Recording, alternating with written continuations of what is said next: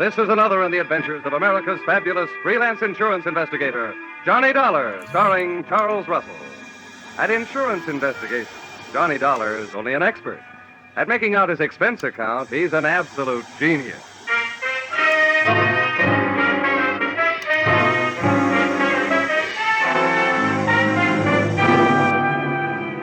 Expense account submitted by Special Investigator Johnny Dollar. To West Coast Underwriters, San Francisco Branch. Attention, Bradford L. Coates, General Manager. The following is an accounting of my expenditures during my investigation of the little man who wasn't all there, or in most cases, there at all, or the unpaid premium payoff. Expense account, item 1. 3 cents postage due on your airmail special delivery letter containing said assignment.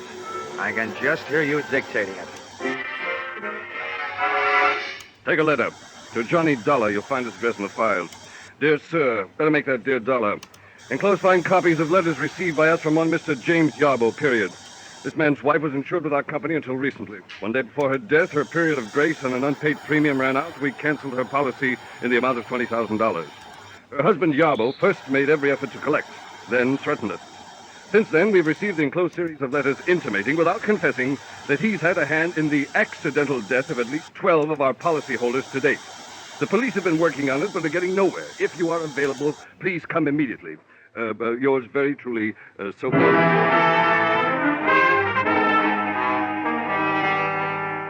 Expense account, item 2, $176.87.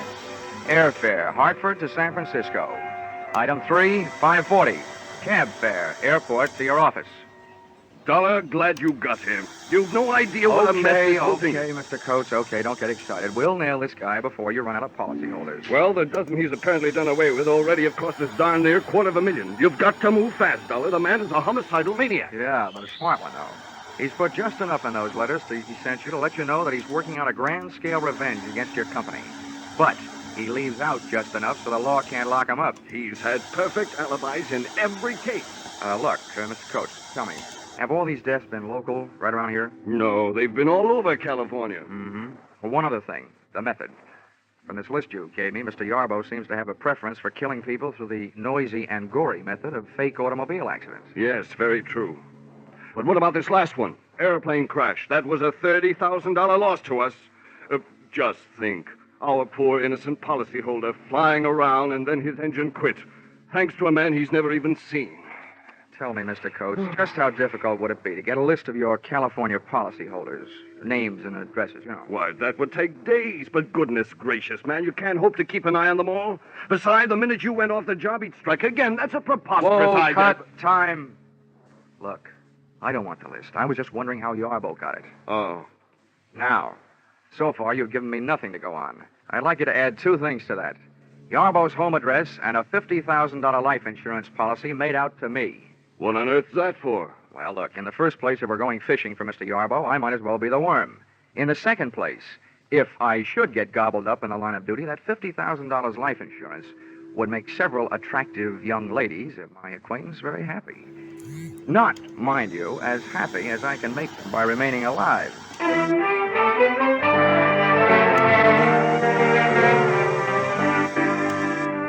Expense account, item 4, $30. Rental of limousine, complete with chauffeur. I figured if I was riding the trouble, I was riding in style. So I started on a house-to-house survey. You might say, knocking at death's door.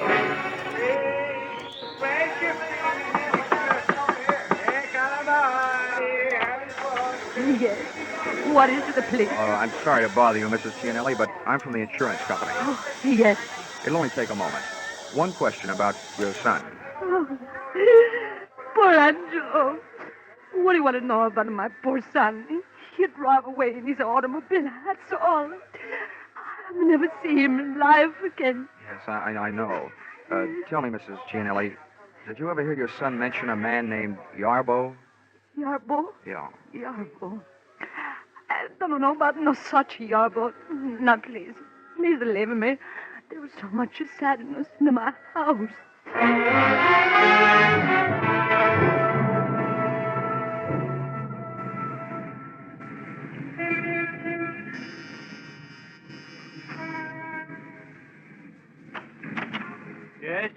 Mr. Dykes?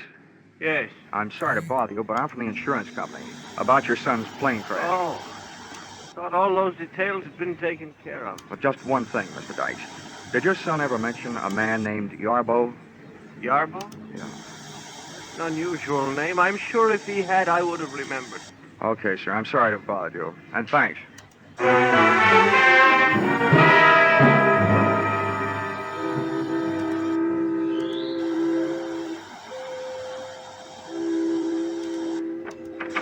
Yes, sir. May I help you? Yes, I'd like to have a word with Mrs. Weatherly. I'm from the insurance company. Well, sir, Mrs. Weatherly has been indisposed, not receiving visitors. What is it, Brian? How do you do, Mrs. Weatherly? My name is Johnny Dollar. Oh, dear. You may go, Brian. Oh, I'm ashamed to let you see me in this condition, Mr. Dollar. I'm just ashamed. But you understand. I do indeed. Oh, it was bad enough. The accident, I mean. But the scandal. Oh, I'll never be able to hold my head up again. Yes.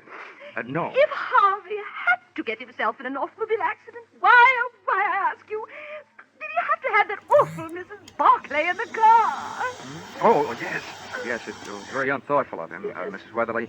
Would you mind answering one question? Well, if I can. Did your husband ever mention a man named Yarbo? Well, no. No, he never mentioned a man named Yarbo. But neither did he ever mention Mrs. Barclay. I tried a half a dozen of the other beneficiaries left behind by Mr. Yarbo's list of victims. All I got out of it was a very watery afternoon. The tears were falling like monsoon time in Burma. But of information, I got none. This brought me right smack up to a point I didn't want to have to reach. The point of contacting Mr. Yarbo in person. At 8:30 that night, I took a plant on Yarbo's house on Lombard Street. At 11:30, I saw the lights go out, as did Yarbo. He was a little guy, stooped over like he was looking for cigarette butts on the sidewalk, needing a haircut, and, true to type, wearing a long black overcoat. But worst of all was the little satchel he was carrying. Items like this always set off a chain reaction in my imagination, and I could just see him on his way to atomizing the Oakland Bay Bridge, thus causing the biggest automobile accident in history. I very cleverly forced my way into the house by breaking a first-floor window, reaching in and opening same. The cyclops eye of my flashlight started picking up information on the subject of Mr. Yarbo immediately. The room I had entered looked like the Hobby Lobby of an English bobby, a crime museum if I ever saw one. On one wall, a gun case. On another, a crime library. And scattered around the room, a grisly collection, ranging from blood-stained hatchets to shrunken heads. But the most surprising criminal curio of all stood right behind me. Mr. Yarbo, complete with little black bags. Well, I must say the current second-story man dresses well, but I must also say you, my man, must have the old masters of the art turning in their graves. For you, young man, are a heavy-fingered bungler. There, let's have a better look at you. Now, that flashlight, I'll feel better after you've dropped it. Hey, what am I doing? You're not even pointing a gun at me. Don't feel too comfortable. You are well covered from many points. A step from you in any direction may detonate any number of explosive devices. Why'd I have to pick this joint to burgle? I feel like a city councilman playing a call in the White House. You seem more the kind of a guy I should be working for instead of on. What's your racket? Racket? Yeah. You were in a racket, my little friend. My pastime is a time. Yes, I take it you are impressed with my collection. Who wouldn't be? Well, if you're interested, come here. About those booby traps. Oh, yes. Note well the design of the rug. The large roses. Avoid stepping on them for the time being. Oh, great. And I was in here stumbling around in the dark. May your good luck continue. But look here in this case, the small vial on the right. That was purloined for me to order from the famous Black Museum in Scotland Yard. That little vial once rested in the case of the fabulous murderer, Dr. Crippen. On there, beside it, that lock of hair. That is from the head of the second victim of the noted mass murderer, Neil Cream. And up there, look up there, the hanging noose over the mantel. From that once swung the body of the notorious Western bad woman, Fanny Turner. Oh, how's chances for renting this place for Halloween? Well, all right then, since you no longer seem interested in playing the part of a bungling burglar, then I assume that I am also free to discontinue my pose as a victim of your disguise, Mr. Johnny Dollar. Oh? Looks like the chips are down and I'm the fish. Yes, and there are a lot of other fish in your sea, Mr. Dollar. Poison eels, that's what you are, the lot of you. Parasites, gambling on death, and then not paying when you lose. Listen, Mr. Yarbo, you're placing a big hunk of blame where it doesn't belong. You're confused about things. Confused? Yes. When your wife's insurance premium was overdue, you were allowed a 30-day period of grace. And when that went by, the policy was canceled. Now, that's not the insurance company's fault. It was your fault. But it wasn't. I gave her the money. She spent it on herself. I didn't make it up. I told them so after she died. I told them, but they wouldn't listen. I'll show you. I'll show you. Yarbo looked like he was headed to show me the chopping end of an axe laying on top of a small table. I hit him just as he hit the table. As he hit the floor, I noticed what I was standing on. One of those big red roses in the carpet. It hadn't exploded yet, but that was one flower I wasn't standing around waiting to see bloom.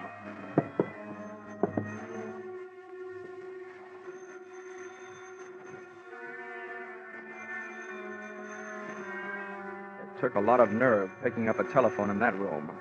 But I finally got a good hold on my nerves and a fair hold on an imitation of Yarbo's voice. Took one deep breath and picked up the phone. Yes? Hello, James. This is Martha. I'm at the office. I have good news. 2 more. Mr. and Mrs. Granville Morse, killed tonight on the Great Highway, 2 miles south of Seal Rock. 8:45 tonight. Ran into a post, both killed. Insured for a total of $80,000. I gotta go now. Goodbye, James. Well, congratulations, Brother Yarbo. 2 more at 8:45 tonight. And who's your new alibi? Me.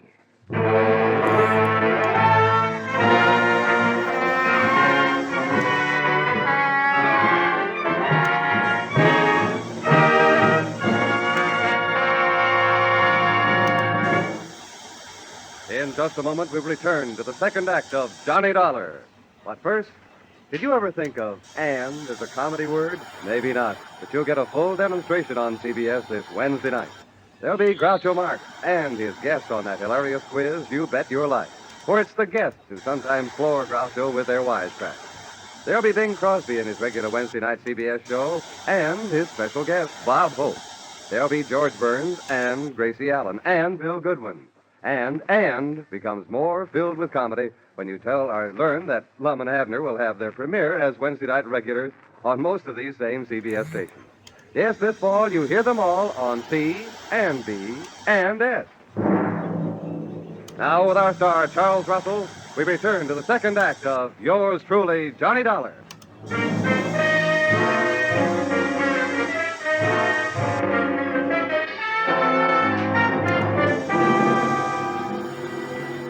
Yarbo might have been lying unconscious on the floor, but in that setting, I was still afraid of him. I'd have looked the place over with a fine tooth comb. Only having none, I used my hands. I put the pat test to Yarbo's pockets for a gun. He was unloaded.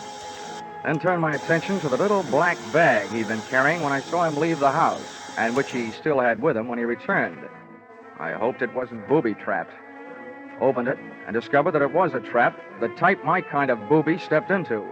Inside the bag was a small radio receiver tuned to something I looked for and found in the room. A small radio transmitter of the type formerly used in army tanks. Through this, Yarbo had heard me enter his little museum of murder and had returned to catch me in the act of prowling the premises. About then, I caught him in the act of coming too. Well, welcome home, Yarbo. Time to get up. I just had a long chat on the phone with Martha. She thought I was you. You think you're very clever, don't you? Martha knows my voice. If she talked to you at all, she didn't tell you anything. Of that I am sure, so save your breath. There is no use your telling me she gave you any information. Oh, no, you got me wrong, pal. I only told you Martha called to let you know I know there is a Martha. I figured it might make you nervous, and nervous men are easy to beat. Other nervous men may be easy to beat, Dollar, but not James Yarbo. The police have tried, and they couldn't prove a thing against me. Now, may I have your permission to get up? Yeah.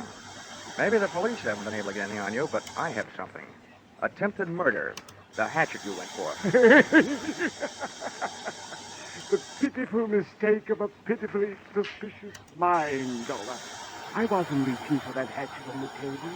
I was trying to show you something in the table drawer. There it is, spilled out on the floor. My wife's insurance policy. The one your unscrupulous thieving superiors refused to pay. The vampires? Here, look at it. All in order. Much of it in fine print. Fine, just fine. Okay, Yarbo, that did it. Come on, ahead of me. Where are we going? Find some place to lock you up. I was hired to stop you, and until I do, I'm at least going to try and slow you down. Now move. Linen closet. No room here. Come on.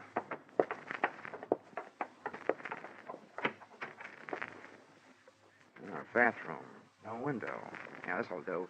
Go on, get in there. No, not in here. Anywhere but in here. It's a good place. You may get thirsty. No. This is where my wife died. Not in here. No.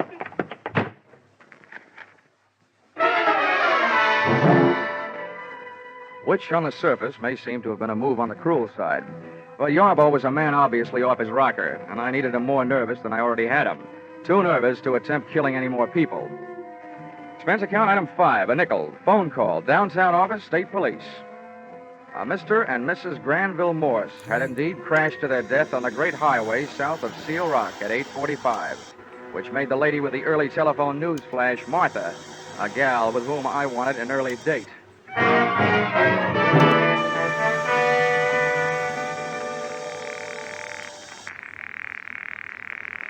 Come on, answer the phone. Hello? Hello? What is it? Hello, Mr. Coates? This is Dollar. Oh, yes, Dollar. What do you want? Well, first I want to tell you that you just lost 2 more policyholders. List price, $80,000. Oh, good Lord. This is terrible. How? What? Never mind that. I've also got something else. On the good side. I need your help tonight. Of course. Anything. What can I do? Meet me at your office. You and I are going to go looking for a dame named Martha. Martha? Martha who? I don't know, but I hope she works for you. I'll be there in a half hour. Make that 20 minutes, and you'll be 10 minutes closer to happy days. The office personnel records of the West Coast underwriters turned up not 1, but 3 employees named Martha, which gave me 3 choices as to who had been supplying Yarbo with a list of West Coast insurance policy holders. Finding the exact Martha was even easier.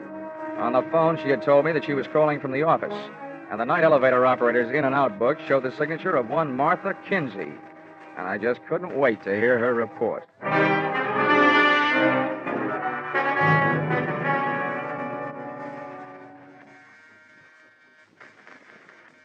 is it? I've got a message from Mr. Yarbo. Oh, just a minute. Message from James.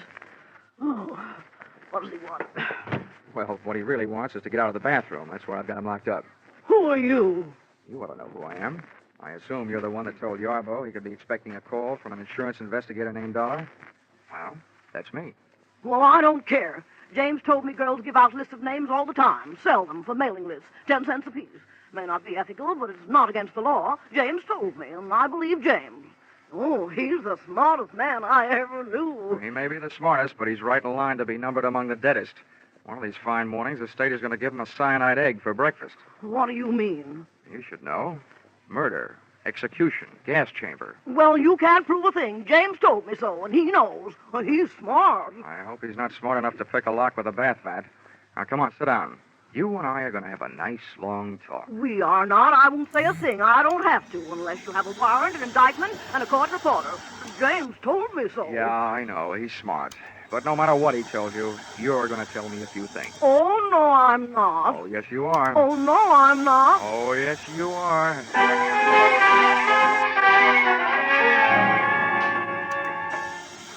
So, I was wrong.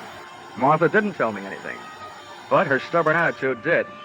She was in love with Mr. Yarbo, a stupid, middle-aged woman having her last fling at romance, doing her best to keep her last chance alive, in the person of the man who had made her his partner in crime. As crazy as it was, this grotesque pair of lovebirds created the only real emotion in the case to date, and switched my thoughts from the widely scattered deaths which had brought me into the case, and over to the single death of Yarbo's wife. Enclosed, find a transcript of statement made to me at 2 o'clock in the morning by the doctor who signed Mrs. Yarbough's death certificate. Cause of death, cerebral hemorrhage, result of severe fracture of skull, region medulla oblongata. Contributing factors, woman bathing in bathtub at home, slipped and fell, striking head on shower spigot. Coroner's finding death due to misadventure, accidental. It took the doctor 2 minutes to get around to making that statement.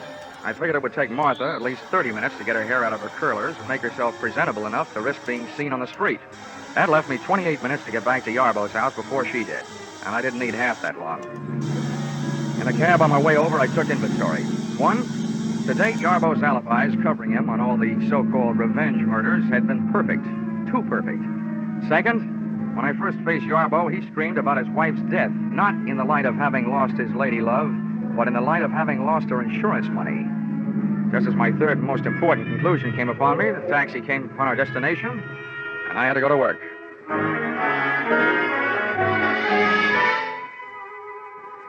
Once inside the little horror house on Lombard Street, I got set for a long search. But it turned out to be a short one, and it proved 2 things. Yarbough was not only a murderer, he was as crazy as he'd acted in having kept the evidence around.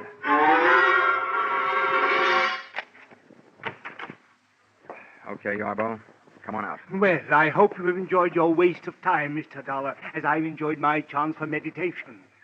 You saw Martha, I suppose? Yes, I saw Martha. Bless her silent little soul. Yes, I was sure of Martha. She believes in me. You can say that again. Come on out here. Mr. Dollar, I suppose you are aware that this is the 2nd time tonight you've been guilty of breaking and entering. I am, however, willing to forgive that should you come to your senses and decide to go back to Hartford and leave me alone.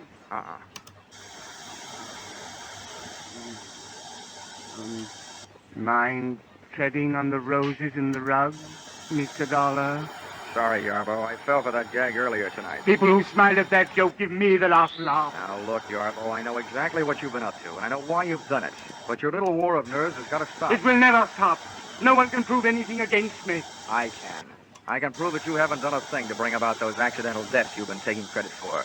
Martha has sat down at insurance office and notified you every time there's been an accidental death of a policyholder in this part of the country. Then you've written the company your little letters and gotten your little kicks out of it, right? That's a lie, lie. That's a switch, a guy yelling that loud that he's guilty. You'll have to prove it. You will have to prove it. Don't worry, chum. I'm not going to waste a breath proving murders that you didn't commit. But, brother, I'm really going to go to town on the one that you did. Your wife, Mr. Yarbough. That is the most ridiculous statement you have yet made, young man. Look around you. Take note. I have profited by all the mistakes made by the original owners of these bloody souvenirs from Dr. Crippen on down. You see in me the living composite of them all. And I intend to stay that way, alive. I'm afraid you will, but it's going to be inside an upholstered room. And this is what will put you there. Yeah, Mr. Yarbough, you carried your little hobby of crime souvenirs too far when you saved this hunk of pipe and the faucet with which you clubbed your wife to death. She slipped and fell. She was in the tub. I'm sure the police microscopes can give you a strong argument on that one. Now, come on. And let's make it easy on each other, shall we? No, I didn't do it. I didn't do it. Let go. Whoa. Let go of me. You have to prove it. What's he doing? Help me, Martha. Help me. Hit him with something.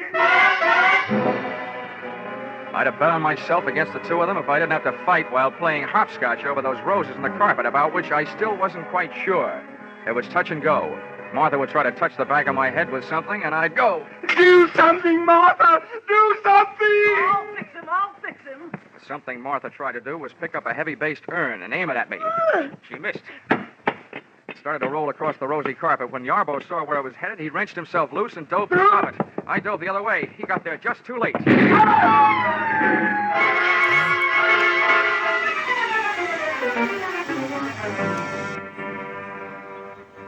I didn't have to look twice to know he was dead. Fate had crawled James Yarbough up on his own carpet. When Martha threw that urn at me, it had rolled straight for the only rose in the rug that had been booby-trapped. Which only goes to prove that sometimes a rose by any other name can be anything but sweet.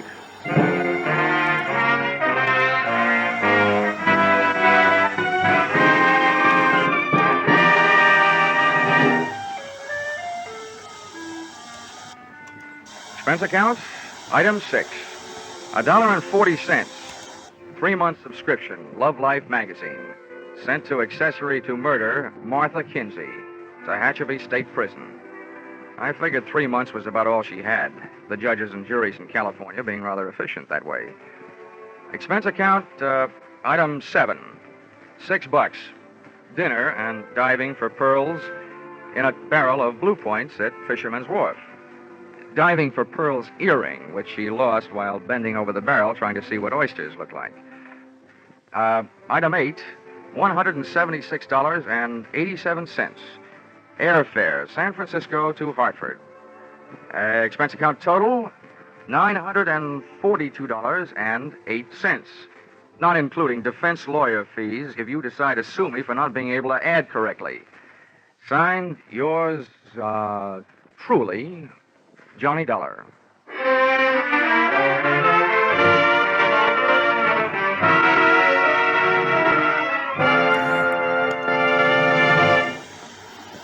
Yours truly, Johnny Dollar, is produced and directed by Gordon T. Hughes and stars Charles Russell. Script by Paul Dudley and Gil Dowd. Featured in the cast were Jay Novello, Martha Wentworth, Paul Dubois, Gigi Pearson, and Larry Dobkin. The special music is written and conducted by Wilbur Hatch.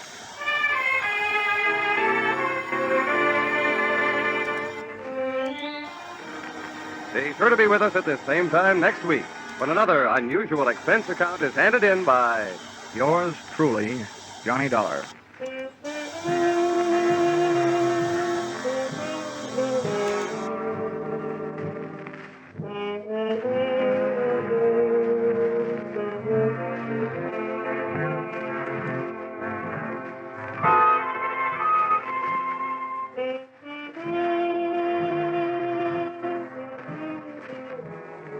Everyone is concerned about world affairs these days. If we want world peace, we'll have to have national peace first. In order to keep America's strength and prestige, in order to preserve her freedom, we must do away with group prejudice. Let's stop judging people by the color of their skin or the place where they worship, and start considering them for what they do. We'll be sure to have a happier world. Stay tuned now for Vaughn Monroe and his caravan, following immediately on most of these CBS stations.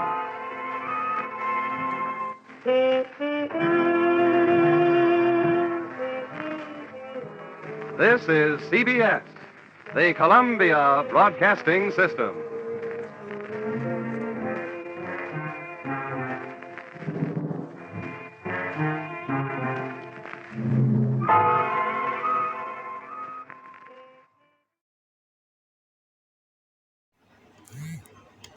From Hollywood, it's time now for Edmund O'Brien as Johnny Dollar. Lieutenant Honest Dollar. Come down anytime you want to. I'm still at the hospital. Thanks, Lieutenant. How's the driver? He's not going to live either. The doctors doubt they can bring him around for a statement. Oh?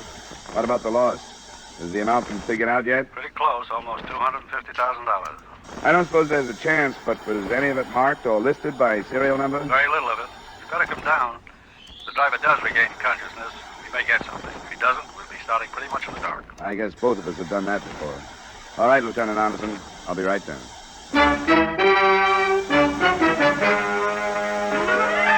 Edmund O'Brien in another adventure of the man with the action-packed expense account, America's fabulous freelance insurance investigator. Yours truly, Johnny Dollar.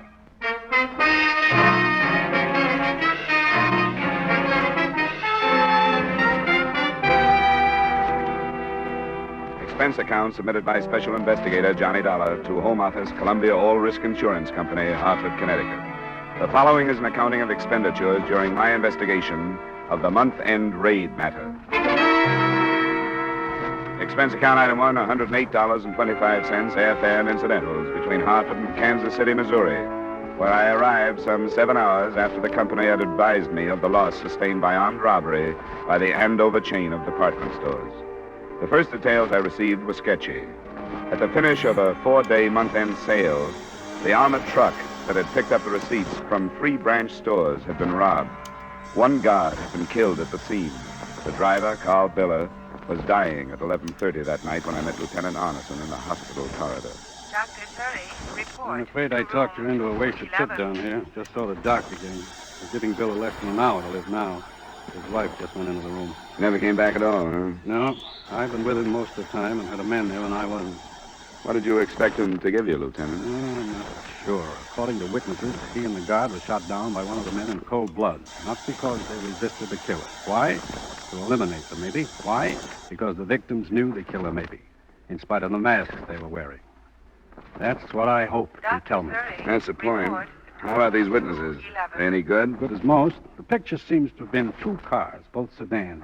One of them was in the passenger loading zone when the armored truck arrived and parked in front of it. These men knew when and where, then? They sure did. They knew the truck had picked up the receipts at the Andover stores in Kansas City, Kansas, and Independence, and the one car was waiting for them at the store here. The other car double parked when the money came out. The men were shot down, and the truck was empty before anybody turned in an alarm. How about license numbers? Both of the stolen car lists. You can work any way you want it, Dollar. I won't get in your road. Thanks, Lieutenant. We're both aiming for the same thing, and I'm going to have my hands full. Robbery detail tells me their informers have hinted that a gang has been forming here in town for the last month or 2. I guess they were right. We're pulling in everybody we can. Maybe we can get some talk out of some of them. It'll be a slow process, but that's the way we work. I'll be in my... Oh, yes, Cole. Is he gone? There was nothing they could do. Well, that finishes that. This is Mr. Dollar, Sergeant Cole. All right. Sergeant Cole? Dollar's investigating for the insurance company. Yeah, but they're hurting, huh? I've seen them in better moods. Were you planning on talking to the widow tonight, Lieutenant? Follow up the possibility that he knew the killers? What kind of condition is she in, Cole? Hard to tell. She seemed to be standing up all right. I'd just as soon leave it to you tonight, Dollar. Cole and I want to get back to headquarters and see what we've pulled in. Sure, Lieutenant. Anything you say.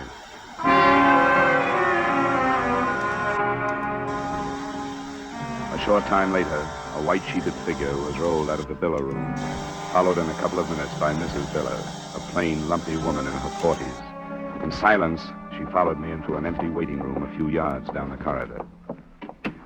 I want to go home. I've been here all day and I'm tired. I can certainly understand that, Mrs. Biller, and I won't keep you long. This may seem like a strange question under the circumstances, but do you think there could have been anything personal connected with your husband's death?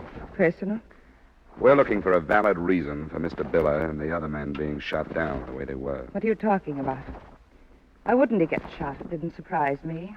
He was always with a lot of money, and I told him he'd get shot someday. There was no apparent reason, Mrs. Biller. They weren't given time to try to protect the money. They didn't draw their guns.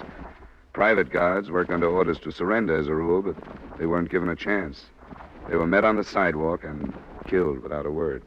I haven't been thinking about anything like that all day long. I've been wondering what would happen if he died. Now he has.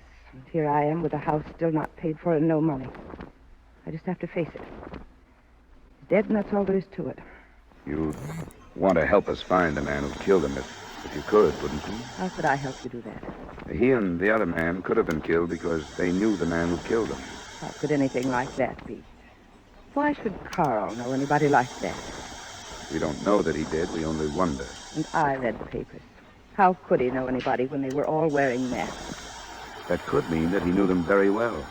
Well enough to recognize them in spite of the masks. Don't you see what I mean, Mrs. Biller? I can't think. You couldn't expect me to think after a day like this has been. I don't know what to say. I'm all mixed up now. I understand, Mrs. Biller. I won't bother you any more tonight. What we want to know is if somebody who knew your husband and knew quite a lot about his job could have been responsible for his death and the robbery. We'll talk to you about it again. Maybe tomorrow.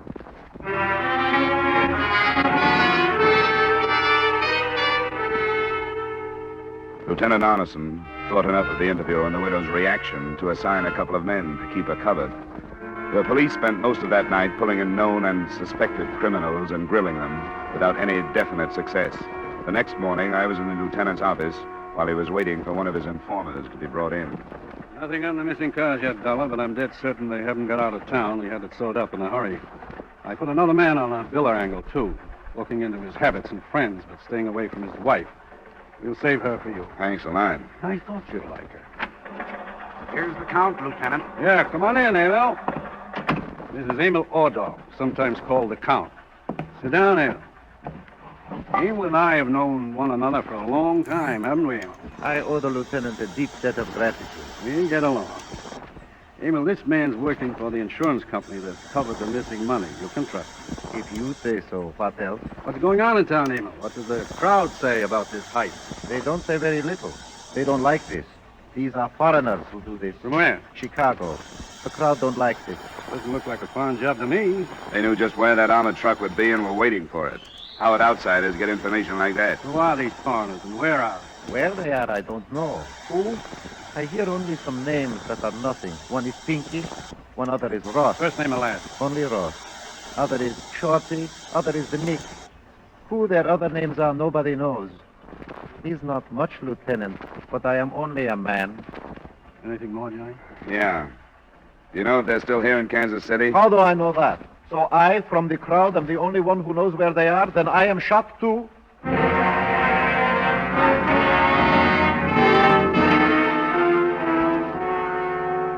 The lieutenant seemed to be fairly sure that the men and the money were still in town. All the escape routes had been covered by police armed with composite descriptions of more than 30 witnesses to the shooting. The information given us by the informer was almost worthless, but the first names and aliases were wired to Chicago for a search. And the officer working on the Billa angle came up with a development later that same afternoon. So I was armed with at least something definite when I went out to see the widow.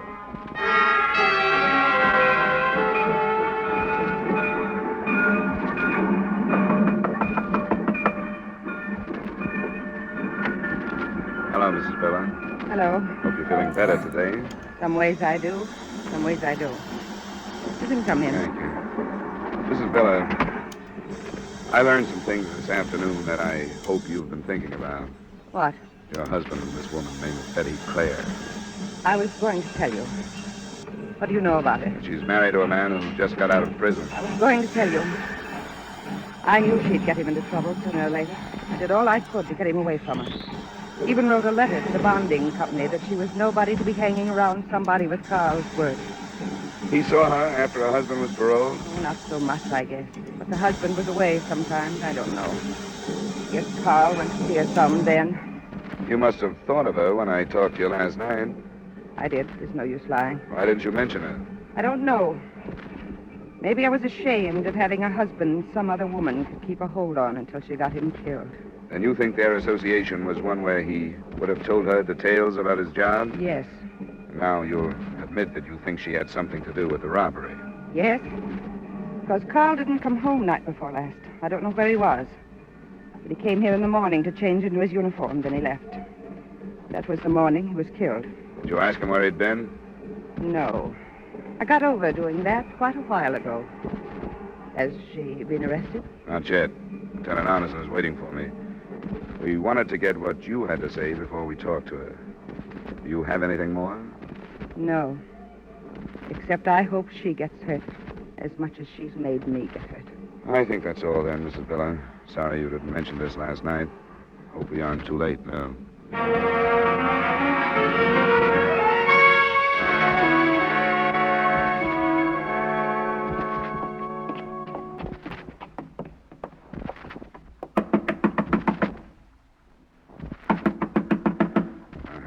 There's nobody here.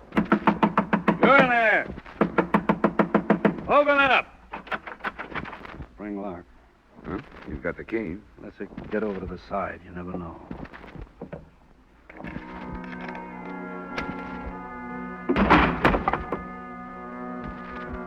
I guess we're safe.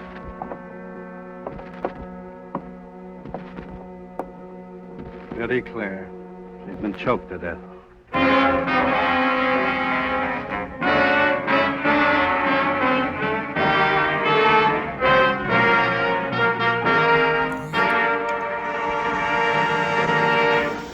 We will return you to the second act of yours truly, Johnny Dollar, in just a moment. There's lots of good folding money and an hour of merriment and music on hand again tonight when CBS presents Sing It Again. The pen of voice brings an extra tingle of excitement and pays off handsomely when Jan Murray uses that coast-to-coast phone. Here's Sing It Again on CBS tonight. Now with our star, Edmund O'Brien, we return you to the second act of yours truly, Johnny Dollar.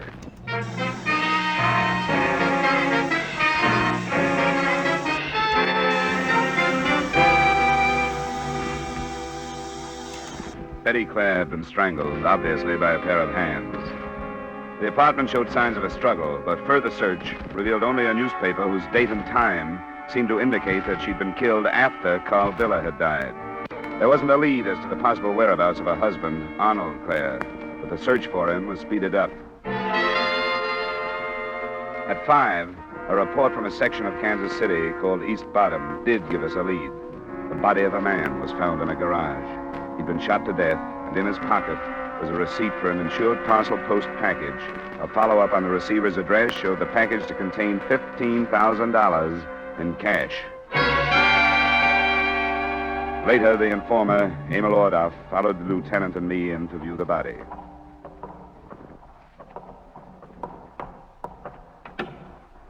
Okay, Charlie.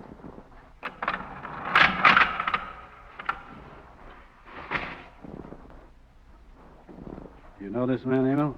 How could I be sure? He's one of the crowd. I know who he is. Do you?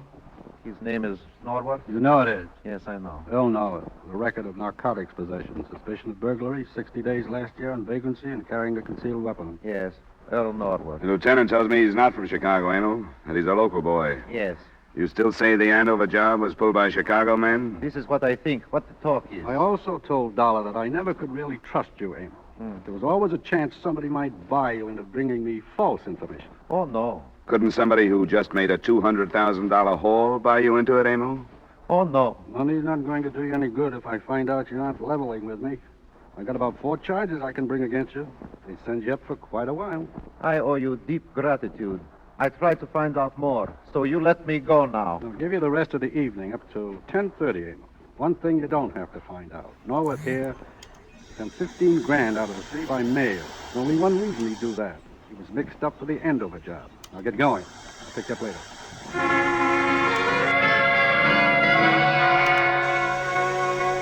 The 2 additional killings, possibly linked to the robbery, set Kansas City's underworld and police force spinning. Every officer in town was put on duty until further notice. By 8, the tanks were filled with hoodlums, while the streets and hangouts were strangely empty and silent. At 9 o'clock, it seemed that things started to break. A known associate of Arnold Clare was picked up and brought to the lieutenant's office. Sure, I know Arnold. I was in prison with him. I met his wife the other night, but I don't know anything about the Andover job. Where were you the morning it was pulled? Listen, I got alibis to prove I wasn't mixed up in nothing. What about Arnold Clare? As far as I know, he was going straight. That's what he told me, anyway. We've got Clare linked up pretty close. We know his wife was running around with the driver of that armored truck. That would give Clare access to the information he'd need. Well, I can't help what his wife was up to. He told me he was going straight. Said he was looking for a job. When did he say that? Last time I saw him, the other night when I met his wife. Tuesday it was. Tuesday night? Yeah. Robbery came off Wednesday morning. And you were with Clare and his wife Tuesday night. That's right. I tell you, I don't think he had nothing to do with it. How late were you with him? Oh, must have been 1:30, 2 in the morning. And Betty Clare was there all the time? That's right. Doesn't jive with Mrs. Biller's story, Lieutenant. Look, I'm telling the truth. I got no reason to lie. How about proof?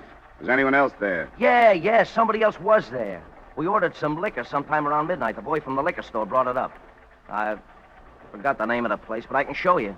Mrs. Biller said her husband was with Betty Clare the night before the robbery. That ain't true. Nobody was with her but Arnold and me. We'll take you to that liquor store. And she was killed yesterday, the day after Biller died. What?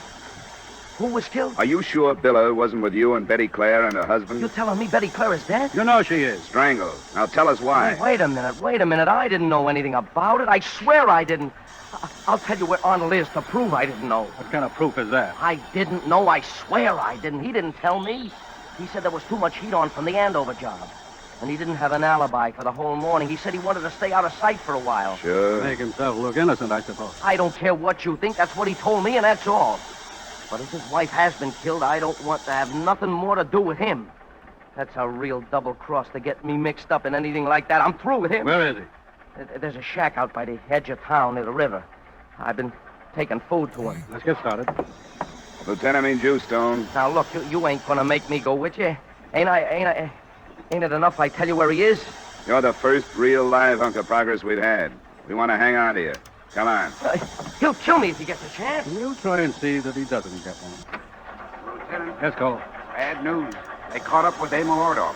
He's dead? Yeah, the report just came in. That's too bad. He's a good, honest steward. I'm going to miss him. You'd better stop, don't you think? Town is really hot. I can't remember it ever being this hot.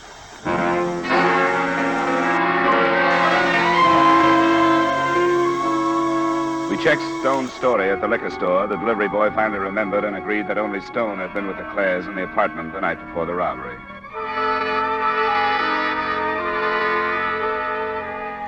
"20 minutes later, with headlights out, our car pulled up on a dirt road. The shack Stone pointed out was screened by a stand of willows on the riverbank. One small window showed some light from inside. Wait a minute. I ain't going in there. You can't make me. Come on. You'll kill me. No, he won't, Stone. Let go. I tell you, he'll kill me. In my case, I'll do it. Stay where you are, Claire. Stone. Stay in the chair. Lieutenant Arneson. Stone. You sold me out. Don't try it, Claire. You lied to me, Arnold. You lied to me. You didn't tell me about your wife. And you was getting me mixed up in a killing. Well, that don't set with me. And I called you my friend. Settle back, Claire. You want to check in for weapons, Johnny? Sure. Relax, Clay. You can't do yourself any good by making a play. Stand up. I won't make a play. There's a .38 in my left coat pocket. You can sit down. Where do you want to start, Clay? I guess it don't make much difference, does it? Why'd you kill your wife? What makes you so sure all right. I killed her because I was trying to go straight this time. And she got mixed up in this Andover job. If I'd known about it before, I'd stopped it for sure, but I didn't find out until after it happened. How did you find out? One of the guys that got killed, the driver, Biller, his wife got me on the phone the night he died. She told me about Betty and her husband. You didn't know about it? No, I didn't know. This dame told me about it. All the years I was in prison. And after I got out, every chance they had. That's the only reason you had. I told you I was trying to go straight. And I found out Betty was working this bill into setting up a job with her. She was doing it to get rid of me again. She knew the board would take my parole away, no matter what I said. Mrs. Biller told you all this? Her husband talked about it before he died. You're a stupid fool. Sure I am, sure, but I couldn't help it. I went crazy. Betty wasn't at home when I found out. I guess I drank a lot and thought about it. When she came home, I just grabbed her. I couldn't help it. I knew I was killing her. I couldn't stop. You know something? I don't care. That's absurd. What about the Andover job? How much do you know about that? I know one guy that was in on it, and I'll finger him for you. I'll finger him. I'll see some of them take the same trip I'm taking.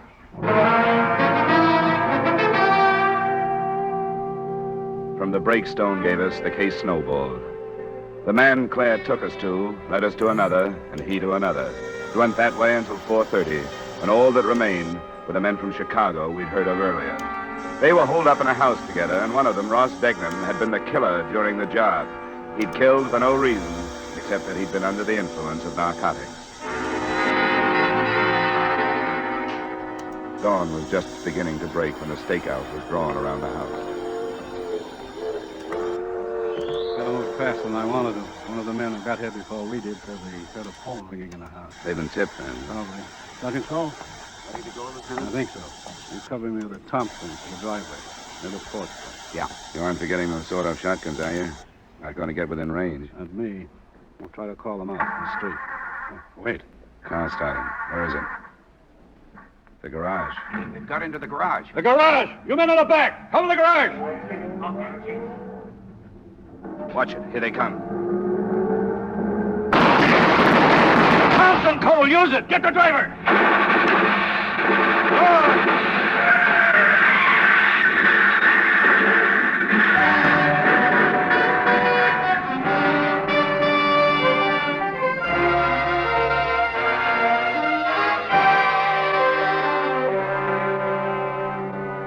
It had been a long night, but we saw the end of the trouble there on the street.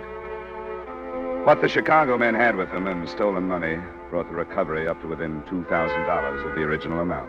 Expense account item 2, $180. Miscellaneous item 3, same as item 1, transportation back to Hartford. Expense account total, $396.50. Remarks?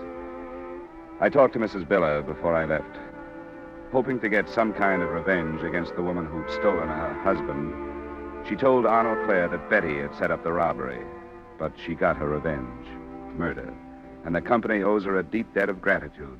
Because when that broke, the whole thing broke. Yours truly, Johnny Dollar.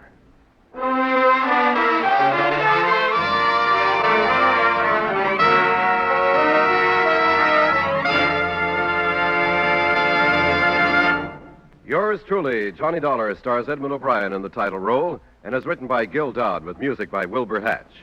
Edmund O'Brien's latest picture is a Paramount Pictures production, The Redhead and the Cowboy. Featured in tonight's cast were Herb Butterfield, Joe Duvall, Virginia Gregg, Edgar Barrier, Sidney Miller, and Peter Lee. Yours truly, Johnny Dollar, is produced and directed by Jaime Del Valle. This is Dick Cutting inviting you to join us next week at this time when Edmund O'Brien returns as Yours truly, Johnny Dollar.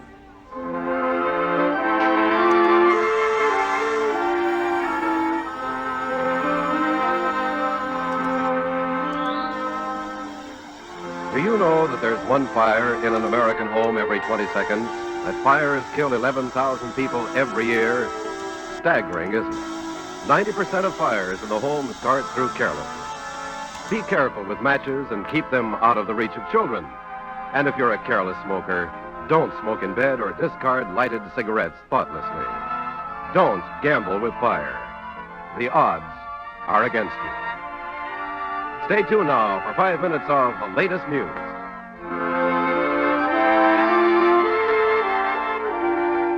This is CBS, where our Miss Brooks holds classes every Sunday night, the Columbia Broadcasting System.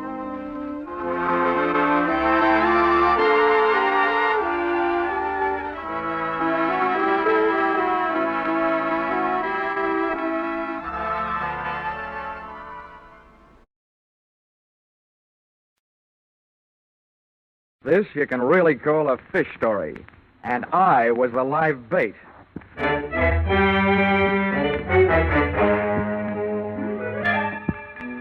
This is another in the adventures of America's fabulous freelance insurance investigator, Johnny Dollar. At insurance investigation, Johnny Dollar is only an expert. At making out his expense account, he's an absolute genius.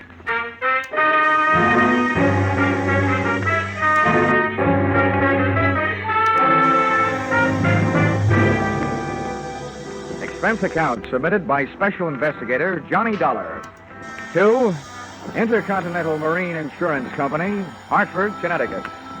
The following is an accounting of my expenditures during assignment in San Pedro, California, investigating the loss of 2 pieces of property insured by you. Or the tuna were running and so was everybody else. Or I caught a fishing boat, but you should have seen the one that got away. Expense account item 1, $176.87. Airfare from home base in Hartford to off base in California. Expense account item 2, $10. Cab fare, Los Angeles Municipal Airport to the waterfront office of the Pacific Deep Sea Canning Company in San Pedro. There was perfume in the air. Channel number 5. Inside, the name on the door said Walton. That's who I wanted to see, so I walked in. Well, who are you? I'm here to follow up the claim you made to Intercontinental Marine Insurance Company. My name is Johnny Dollar. Oh, when'd you bring the money? I need boats. The tuna are running. No, Mr. Walton, I didn't bring any money. All I brought is a suspicious nature and an inquisitive mind. What the devil do you mean by that crap? Now, don't get your fish in a stew, Mr. Walton. This is standard procedure. No insurance company is going to shell out $400,000 without first taking a long, lingering look. Well, there's not much to look at. Yeah, so I understand. According to your claim, 2 of your boats, the Frank Walton and the Nancy Walton left port Monday afternoon and headed out on a southerly course. When you tried to establish radio contact Tuesday morning, you couldn't raise them. Pieces of wreckage and the bodies of 2 men were found Tuesday night, indicating that both boats were lost. That's the story. What made you so sure that both boats went down? Because of those 2 men whose bodies were found, one sailed in the Nancy Walton, the other sailed in the Frank Walton. What more do you people want? Just enough time to check everything thoroughly.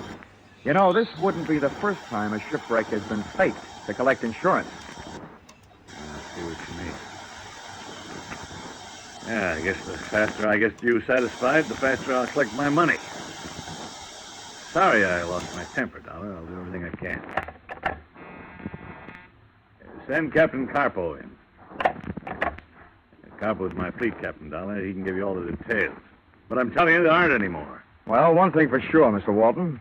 We can't blame it on the Pacific Ocean. According to my report, those boats sailed in fine weather. That's right.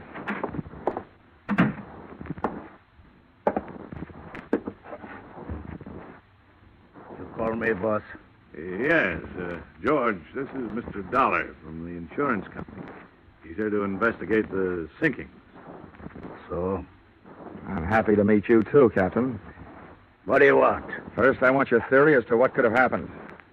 I don't know. I wasn't there. Maybe they run into each other. As fleet captain, you hire the hands for the boats, don't you? That's right. Are you the kind of man who would hire the kind of skippers who'd run into each other in clear weather? They were good skippers. Now you listen to me. I've been captain of this fleet for 5 years. First time we ever lose a boat to lose a man. You think we like this idea? No, I don't, Captain Carpo. I don't think you like it any better than the insurance company likes the idea of losing $400,000. Well, at least if I find those sunken boats, that'll be salvage. No, Mr. Dollar. That'll be miracle.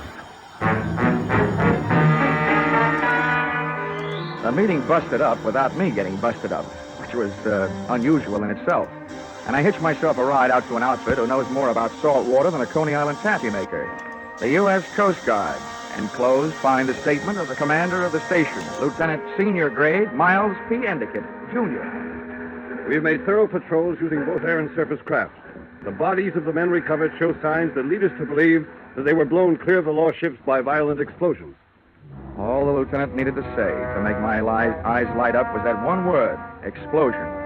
Because in a marine insurance investigator's book, the word explosion sets off another word, scuttling, a widely used wet variety of fraud. In other words, blowing up your own ship to collect the insurance. And continuing this chain reaction, I followed the best available lead, the man in charge of the vessels involved, Captain George Carpo. I found him at 11 that night at a combination restaurant and bar named after the oriental fishing bird, the cormorant. As I looked in through the greasy window, an interesting sight greeted me. Captain Carpo slipping into a booth already occupied by an olive-skinned brunette, who was good enough looking, but obviously less than a queen. Carpo stuck his face in hers, spat a few words at her that I couldn't hear, shook his sledgehammer fist at her, and stomped out through a back door. I gave the front door some business, and, trying to look like I belonged to the place, strolled to the bar, bought myself a blast, and walked it over to the ladies' booth. Well, who sent for you? Do you mind? I haven't got anything to lose if you haven't. What do you mean by that? If those are your own teeth, maybe you don't want to lose them. Oh, Carpo's jealous then, huh? You don't believe in sharing the wealth. Are you Carpo's girl? Part-time. Who are you? Well, if Captain Carpo comes back, he'll tell you anyway. So the name is Dollar, Johnny Dollar. I'm an insurance investigator. Investigating what? Marine life? Marine death. There was 2 sinkings in the Walton fleet. The company that sent me here insured the boats. Sounds to me like you got yourself a tough job. Why? Oh, I don't know. Who are you going to ask questions? They've been reported with all hands lost. Who knows? Maybe I'll bump into a talkative seagull. Or maybe, if I'm lucky, a talkative girl. What have you got that should make a girl talkative, mister? Well, discounting my natural beauty and charm, I have money. Not too much money, but money. Keep coming. I know enough not to talk before I give what I want. Well, that makes it a Mexican standoff. I know enough not to pay for something I haven't heard yet. Let's start out with an inexpensive question, like, what's your name? You can have that for free. Anita Vargas. How long you known Carpo? If you'll pardon the expression, on and off for the last 6 months. How's he for money? Has he turned into a big spender recently? Sure. Instead of 2 drinks a night, he's now buying me 4. Carpo will never be a big spender. Where does he live? 1423 Parade Street. How far is that from here? It's here. He lives upstairs. That called for a change of scene. I didn't know whether Anita Vargas really had anything to sell or not, but I didn't want what was left of our tete-a-tete to be interrupted by a violent re-arrival of the mighty Captain Carpo. So, expense account item 3, $4, picking up our tabs. Item 4, 6 bits, picking up a taxi, which dropped us at another bar, slightly less oriental, but definitely more obnoxious. We grabbed ourselves a table with a view of the sawdust on the floor, and waited for a waiter. He didn't come, but somebody else did. The owner of the lost fishing boats, Mr. Roscoe Walton. What are you doing with this character, Anita? I met him in college, Roscoe. Now beat it. And since when have you been getting drunk? Don't tell me he's your boyfriend, too. Uh-huh, part-time. Maybe I'd better get lost. I'll call you later. Yeah, maybe you better get lost. Stay that way. Go ahead, Johnny. You better go. Well, happy hangover, Mr. Walton. You don't look like no college boy to me. I was no professor of mathematics either, but I could add this much up. If those tuna clippers had gone down by explosion, somebody had to buy some explosives. Maybe locally. That problem I took to the local police, who went to work looking up names in the dynamite register. And since those explosives would have been planted while the boats were under the care and supervision of Captain Carpo, that problem I decided to take to him. It was 1:30 in the morning when I got back to the front of the Cormorant restaurant and bar. The grease joint was dark, but a light was burning on the second and top floor. I got halfway up the front stairs to ask my leading suspect a few questions about explosions when I heard something.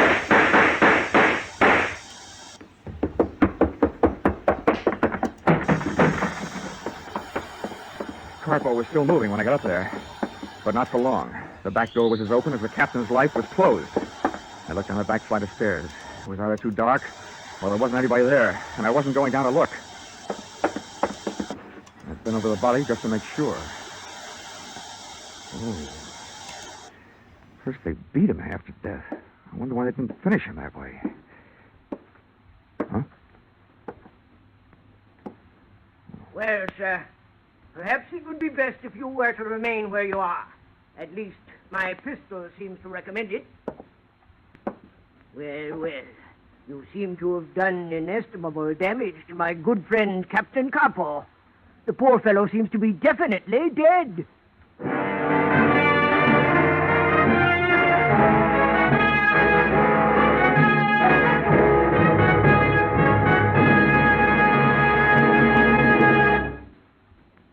In just a moment, we will return to the second act of Johnny Dollar.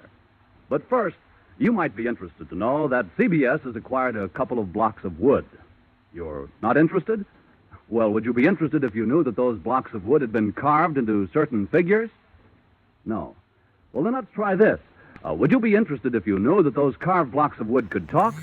Ah, now you're beginning to sit up and take notice. Well, we might as well come out and tell you that these talking blocks of wood are named Charlie McCarthy and Mortimer Snurd. That they and a lively fellow named Edgar Bergen will be making their first appearance over most of these same CBS stations this Sunday evening. And that you'll be able to hear them every Sunday thereafter. Now, with our star Charles Russell, we return to the second act of yours truly, Johnny Dollar.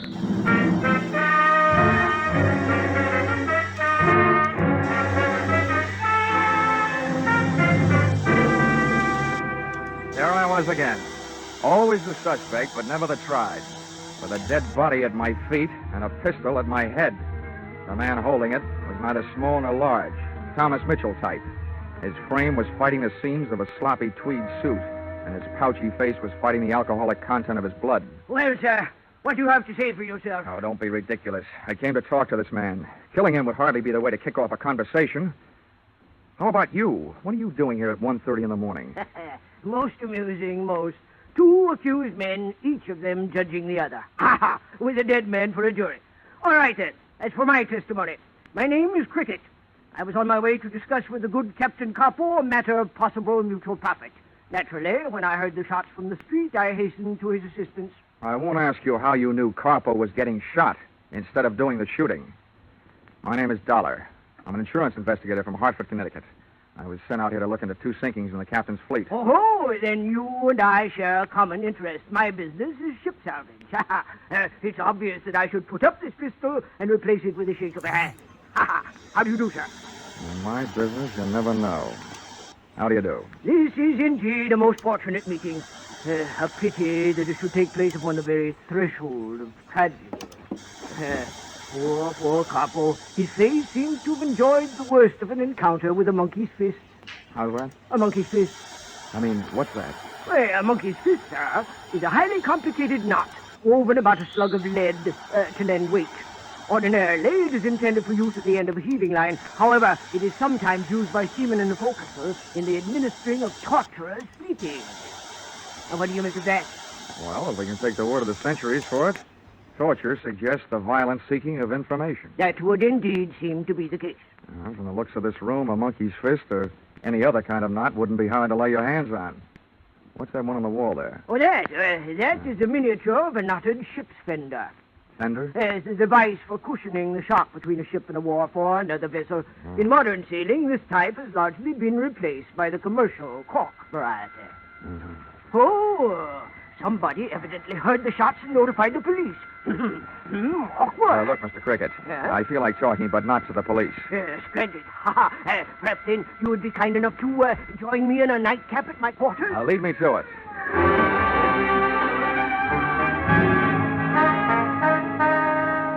Mr. Cricket's quarters turned out to be afloat and moored to a dock. It was a PT boat, ex-Navy. Sit down. Make yourself comfortable. Thanks. Now, first, that nightcap. Yo-ho-ho, sir, and a bottle of rum.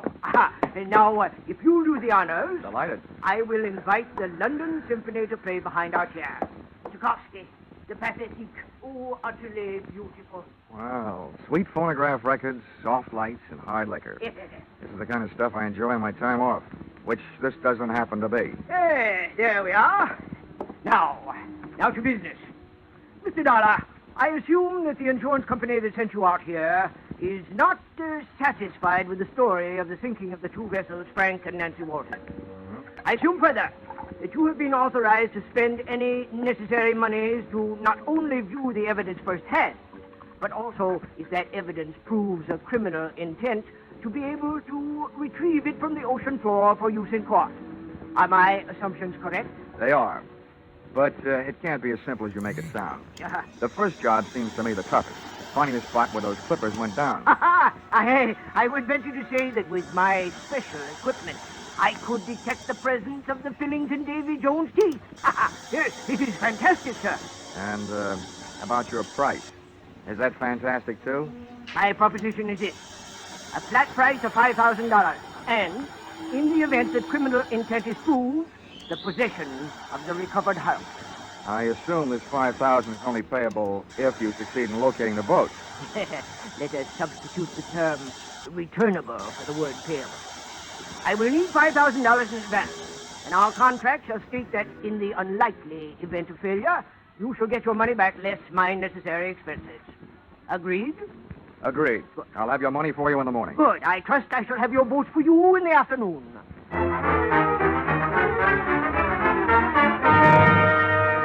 I couldn't tell yet about his fantastic sonic sounding device, but otherwise, Mr. Cricket was well equipped.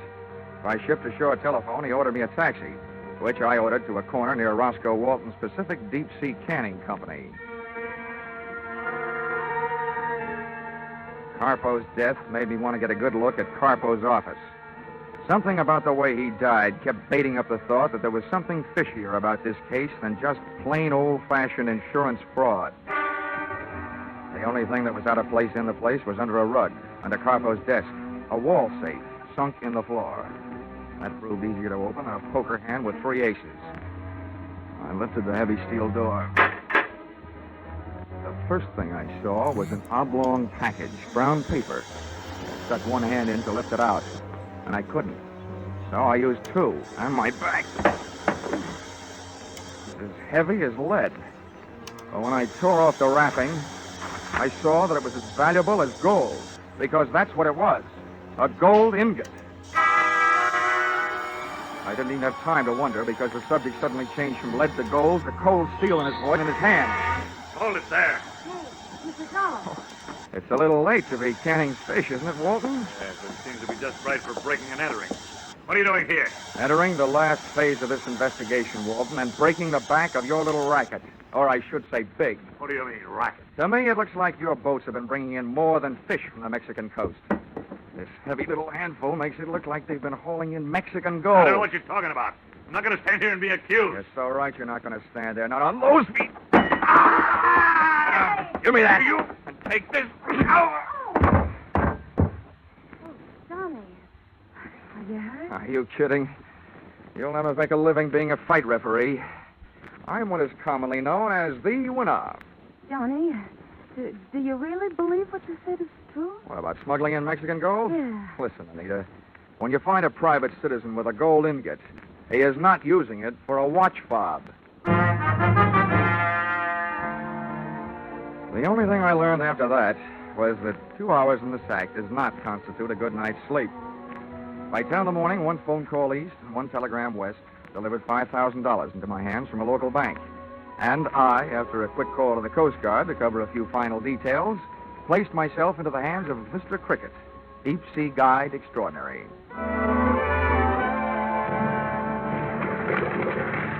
2 jolting hours later, our bucking bronco with a briny had us crashing to the swell somewhere off the island of San Clemente, which is somewhere some 60 miles off the coast of Southern California. Well, Dollar, my boy, enjoying the voyage? Yeah. Oh, come now. This isn't what a sailor would call rough weather, you understand? I understand. I only hope my breakfast does. Oh, this is nothing. Why, I recall one time off the Spanish coast. Mr. Cricket! Yes, my man? According to my reading, we're about there. Good. Reduce your RPM. Now, Dollar. Now, prepare to be amazed. Mr. Cricket had good reason to chirp about one thing. He sure knew his business. An hour later, the hoax had been located. We were riding on a mushroom anchor. A diver had been put over the side and was tug-of-war topside by a cable on a winch. All right, careful now. Okay, clear the rail. Easy, does it? Fire away. He's aboard and back. Quickly now, get his helmet off. Now, Dollar, we shall see. For $5,000, I'm going to have to see. Well, Riley, what luck? We hit it right on the nose. They're both down there 30 yards apart. Well, Dollar, are you satisfied? Just about 90%, Mr. Cricket. Oh, and the 10%? Oh, look, it's this way, Mr. Cricket. If this case gets any place, I'll probably have to testify in court. So far, everything I've got is secondhand. That isn't worth much in court. I've got to see those boats. What? Well, good heavens, man. You mean you want to go over the side? I don't particularly want to, but it seems to be part of this job.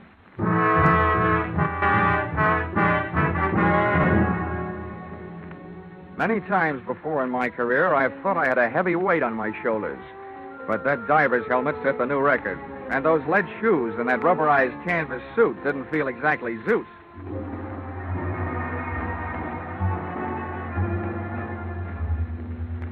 The temperature of the water outside felt much cooler than that forming on my brows.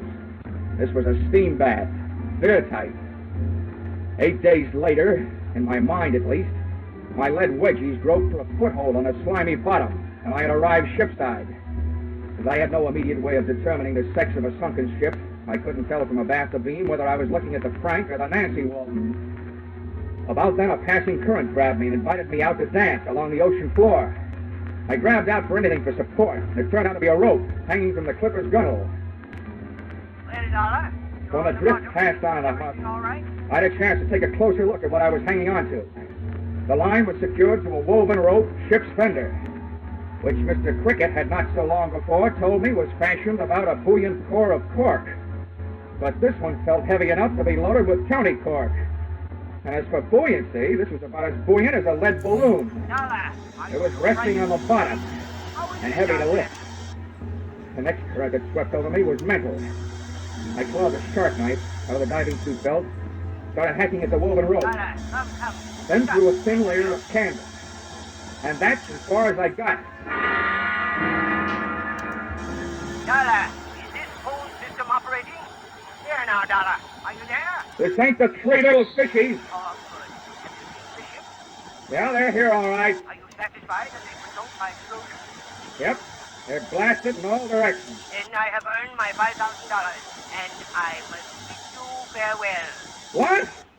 What are you talking about? Oh, you have been all but lost in a diving accident. Oh, yourself.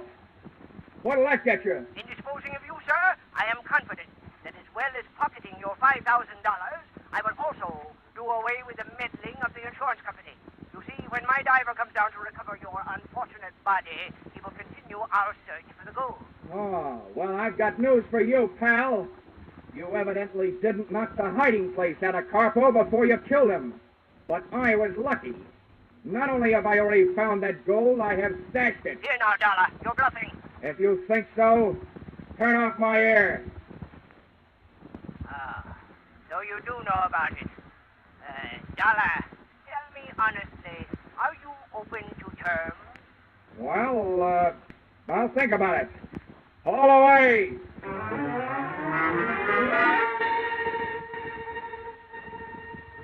The trip up was slower than the trip down, which was luck for me. The first thing I heard when I broke to the surface was muffled by the helmet, but unmistakably gunfire. The Marines hadn't landed, but by George, the Coast Guard certainly had, and I had a grandstand seat for the whole affair. My winchman was busy ducking bullets, and the winch just didn't decide to stop on its own hook. So I went riding skyward until I was stopped by the tip of the boom. And there I was, hanging on its own hook, suspended over the deck, looking through my helmet glass at the raging battle below. Cricket directly below me was pumping a high-powered Ross rifle, and between shots, shouting curses at whoever had opened fire on the U.S. government. Lieutenant Senior Grade, Miles P. Endigan Jr., stood silhouetted against the sky on the flying bridge of the Coast Guard cutter. I looked down 20 feet between my dangling lead-weighted feet and saw Cricket taking careful aim in his direction. So once again, I grabbed my razor-edged shark knife, stuck it under the copper rim of my breastplate, and ripped at the canvas, and bombs away. My weight did the rest.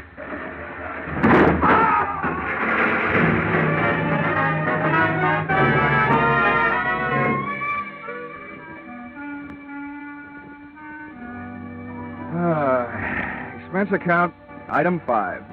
Cab fare to the San Pedro Police Headquarters, where I made my statement and heard Mr. Crickett's. A badly damaged Mr. Cricket. Well, sir, during a short stay in Cleveland, it was brought to my attention that every city in the country was suffering an epidemic of small-time gold robberies. Dentist offices, pawn shops, and so forth. Such a condition piqued my curiosity. Yes. Well, there's my love for money. And I studied the situation more closely. To my amazement, I learned that the gold was being melted down, fashioned into ingots, and sent off somewhere to the Orient for use in the gold and gun smuggling traffic. It occurred to me that if I could intercept the gold immediately after its dispatch, under the guidance of Captain Coppo, to a larger ship, being met at sea by his tuna clippers, then I could realize for myself tidy profit.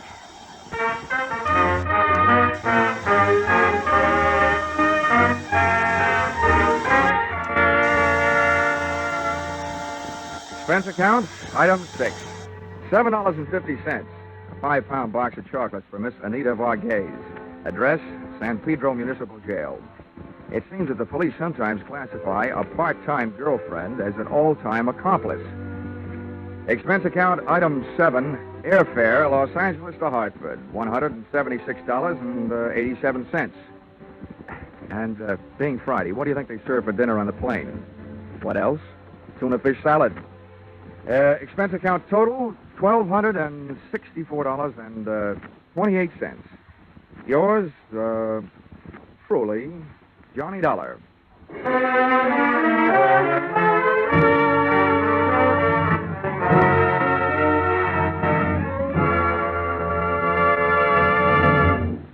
Yours truly, Johnny Dollar, is produced and directed by Gordon P. Hughes and stars Charles Russell.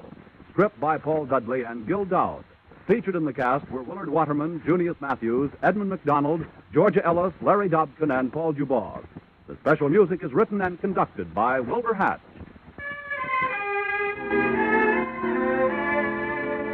Be sure and be with us at this same time next week when another unusual expense account is handed in by yours truly, Johnny Dollar.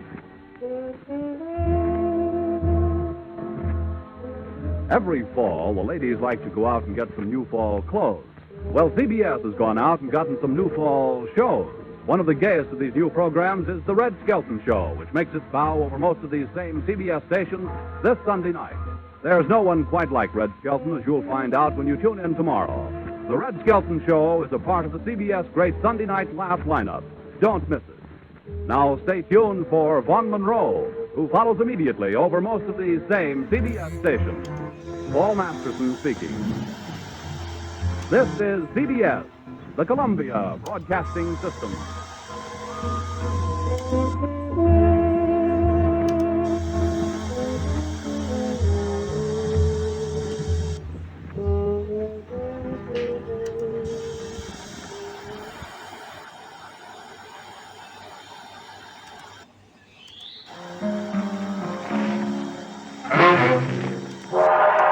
Time now for yours truly, Johnny Dollar.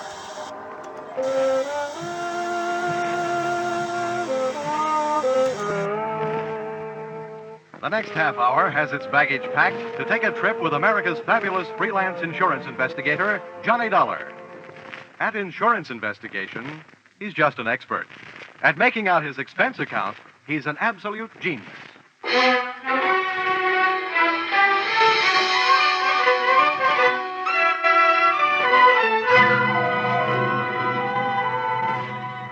Expense account submitted by Special Investigator Johnny Dollar to Home Office, American Pioneer Life Insurance Company, Hartford, Connecticut. Attention, W.K. Green, General Manager. The following is an accounting of my expenditures in the case of Barton Drake, or how I played ducks and drakes with a drake who ducked. Expense account, item 1. $100 I'm charging you for 1 hour's sleep I missed answering your telephone call at 9 o'clock in the morning. Expense account, item 2. $1.50. I had to go out for breakfast. The Easter Bunny didn't leave me any eggs. Item 3, cab fare to your office, $1. Tip to driver, $1.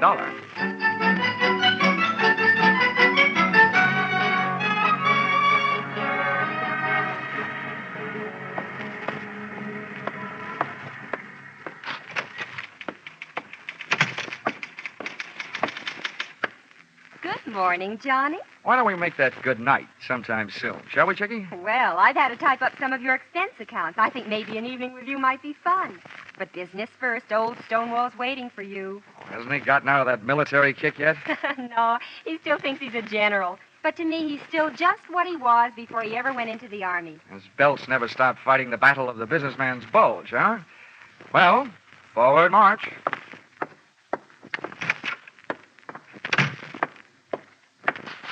Good morning, Mr. Green, sir. Mr. Dollar reporting his order, sir. Hattie? Huh? Oh, yeah. What's this saluting and heel-clicking about? Oh, I thought you might be homesick for some military courtesy. Yeah, I'd be surprised to get any kind of courtesy from you. But we're not paying you to be polite. Sit down. Here. I got a job for you. Here. Had a copy made of the file in that case. You can take it with you. Right. Barton Drake, huh? Oh, yeah, I remember him. Let's see. Life insurance, $30,000. Beneficiary, Mrs. Barton Drake. Well, what is it? Is he dead or just dying? Neither, we hope. Well, if you'll pardon a little before-noon philosophy, just by living, a man is slowly dying of old age. We have a statistical department to worry about that, Dollar. Your job is to find this man, Barton Drake. Okay. What's the story? And as far as the company is concerned, the story started one night just short of 7 years ago. Oh, that would make it 1942. Yes, the same year I was called upon to fight for my country. Yeah. In the insurance division, Pentagon Building, Washington, D.C. Huh? But don't get me wrong.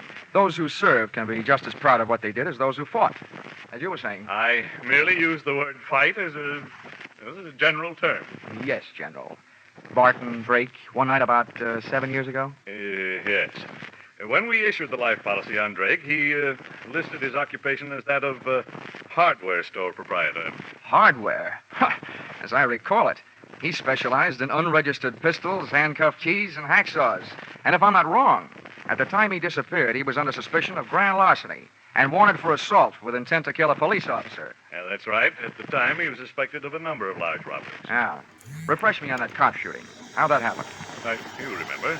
When the police arrived at the house to pick him up, he opened fire from the bedroom window, made a dashboard out of the back to his own car. And there was a chase during which the car skidded and went through the rail of a bridge into the river. Oh, yes. Now I remember, yeah. They never did recover the body or the loot. All they got back was a wet Buick. Dollar, that was 7 years ago. At least it will be 7 years in one more week.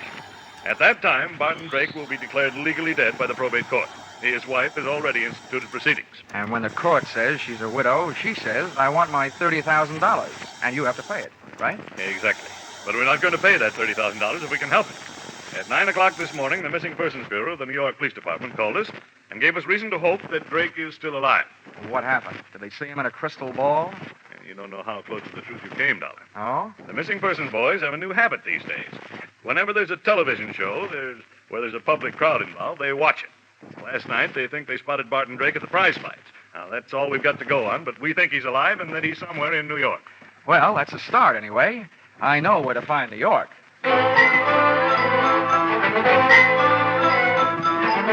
Expense account item 4, $7. Mileage, Hartford to New York.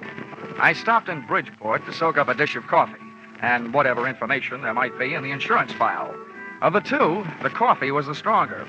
All I learned from the file was Drake's physical measurements, the birthplace of his mother, his wife's maiden name, the last known quotation on his blood pressure, and his home address in Manhasset, Long Island, to which I went.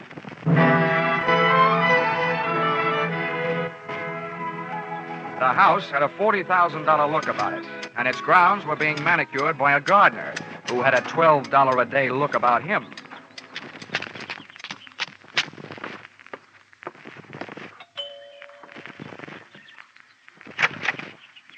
Yes, sir. I'd like to see Mrs. Drake. Here's my card. Yes, sir. Step in, please. Thank you. If you wait here in the hall, sir, I'll go tell her you're here. The maid had a $40 a week look about her and completed the picture of prosperity. For a hardware merchant, Barton Drake had died leaving his wife living a soft life. Either that or he was still alive and not giving his wife grounds for divorce on the basis of non-support. Or she was that certain kind of gal who wouldn't have any trouble making that certain kind of man get up that certain kind of money. And when I saw her, I knew not only that I couldn't afford her, but that Drake probably hadn't been able to, which probably led to his undoing.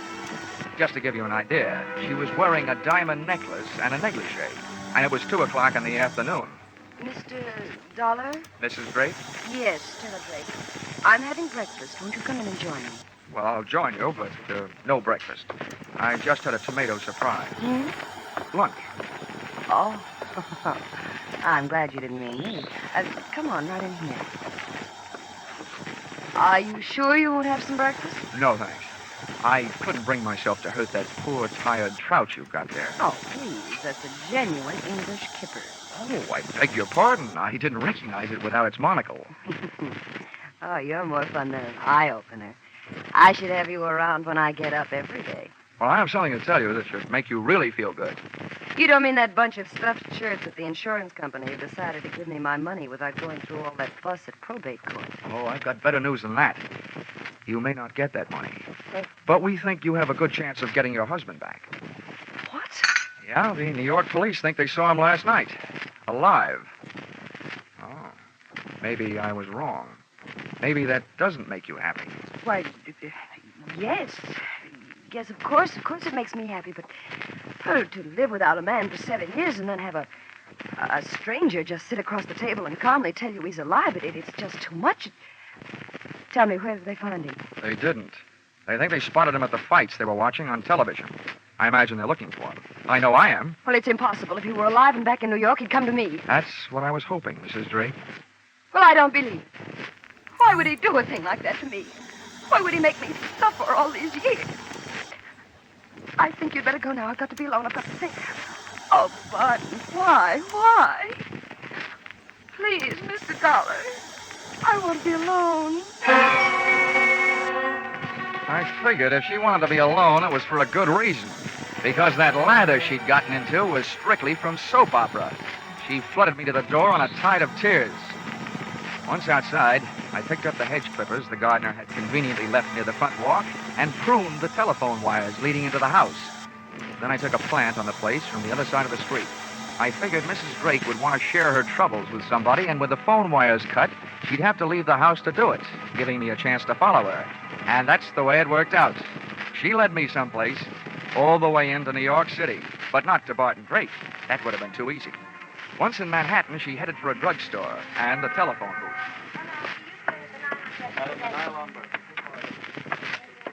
I slipped into the phone booth beside hers. I got the receiver off the hook and my nickel in the slot in time to use an old trick of mine. As she dialed, I tried to duplicate it with my phone. She dialed. And I dialed. I was just one number behind her all the way. When she was through dialing, I held off dialing the last number on my phone until she got an answer. And then I let it go. The number she was calling was busy. There was still room for coincidence, but it was good enough for me.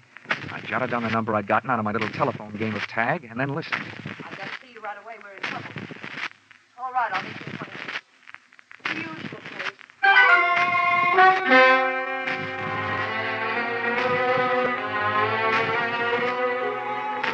The usual place turned out to be the usual place to meet trains, Grand Central Station.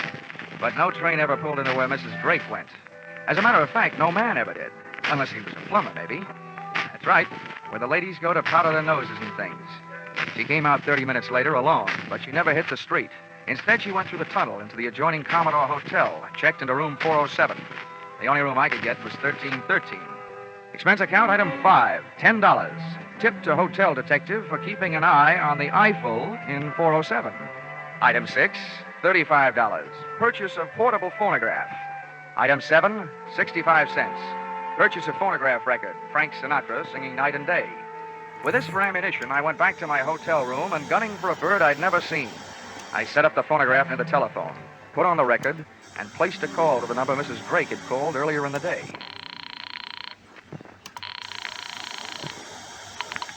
Hello. Hello there. 7 p.m. again, and this is your favorite disc jockey, Happy Jack the Money Man. Yes, your favorite disc jockey, your spinner with the winners. Tell me, are you listening to our show? My radio is not on. Goodbye. Oh, hold the phone, madam. A little thing like that doesn't make any difference to Happy Jack. Here's all you have to do to win a house full of prizes. Now, you just listen closely over the phone and identify today's puzzle platter, and you'll win all these wonderful prizes. A genuine Sunbeam Mixmaster that makes those fresh little eggs just happy to get beat up. Yes, and you'll clean up with the next prize. Make a real clean sweep with a Hoover vacuum cleaner with all attachments and no strings attached. And to send you tripping happily through life, you'll also receive a handsome set of easy-to-lug luggage, a pair of gladiator bags. Are you interested? Why, of course I am. All right, then. Here's the tune.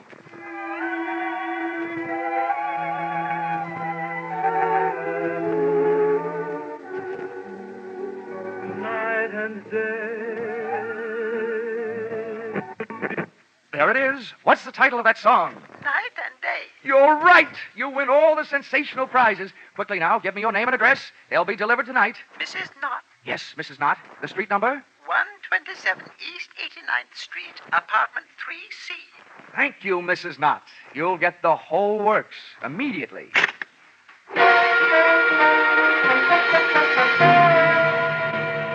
Expense account, items 8, 9, and 10. $39.50 purchase of Mixmaster, $79.50 purchase of vacuum cleaner, and $89.50 purchase of luggage. You may resent this expenditure, but there's one thing you must remember. Nobody can resist trading their name and address for something for nothing.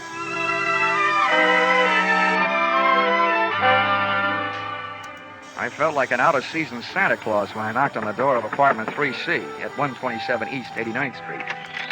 The frame suddenly became a picture frame encasing a live version of Whistler's grandmother, complete with wheelchair and crocheted afghan. Just bring them in and set them down. Yes, ma'am. I'm Happy Jack, and I'm glad to meet you. Right in here and set them down. Ah, yes. There you are, Mrs. Knott. You lucky woman, you. Is that all? Almost. Now, all we need from you is a little information. Just some background on today's winner to pass along to my radio audience. Be off with you, young man. I'll write you a letter. Oh, but come now, Mrs. Knott. Never mind. I have no time now. Just a few questions while I check you out on the Hoover. I don't need any checking out. Now go away. I must say, Mrs. Knott, you're a bad winner. So now I'm afraid I'm going to have to stick around to find out how good a loser you are. What do you mean?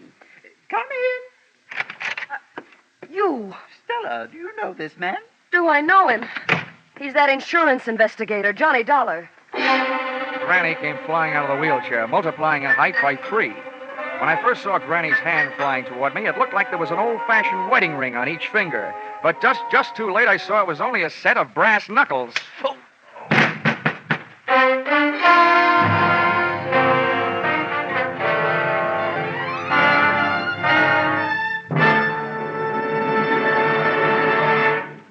In just a moment, we'll return to the second act of yours truly, Johnny Dollar.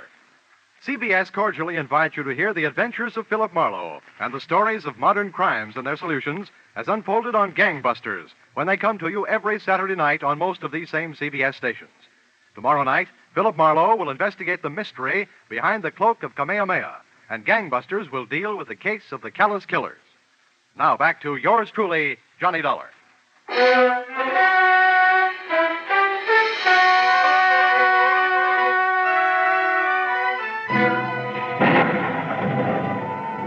When I woke up, the thunder and lightning in my head was getting an answer from the sky. And I started getting some answers, too. James, give me a page. Granny's voice had changed to the bass register, and its owner was smoking a big cigar. I stayed on the floor and quiet. I didn't want those brass knuckles crooning me another lullaby. Come awful close to fouling up the whole deal. I told you I didn't want you to try to collect on that insurance. Why'd you do it? It's $30,000, that's why. To hear you talk, you'd think you were going hungry. What do you think I am, some empty milk bottle you can run down to the corner and get your nickel back on? What were you trying to do anyway, sell me out? Sell you out? You know what started this trouble. You had to go to the fights last night. Oh, a big man. Dumb cops, you call them. Don't worry about me. They haven't found me. I'll take care of myself. But not with you lousing me up, getting mixed up with dirty dealers like this guy Dollar. Oh, you're so smart. Why did you let him in here? Shut up! He wanted to give me something for free, that's why. Well, I've got something for him. A free boat ride. Wheel that chair over here. We'll take him out in that. The wheelchair ride was short, to the street. The auto ride was longer, to the ocean. And from what I could gather on the dock, the boat ride was to be even longer, to my doom.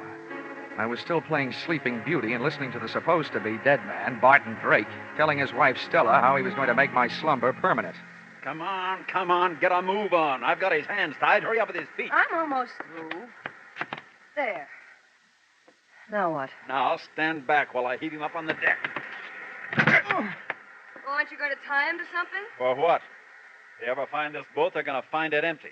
One good wave out there, and this guy goes for a swim. There. The wheel's lashed. He's got plenty of gas and plenty of ocean out there. That'll teach Mr. Happy Jack. Now I'm giving him away.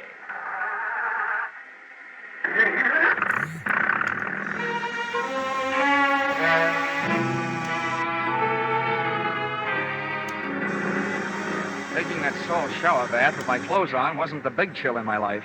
I was scared. My heart was racing faster than the boat engine.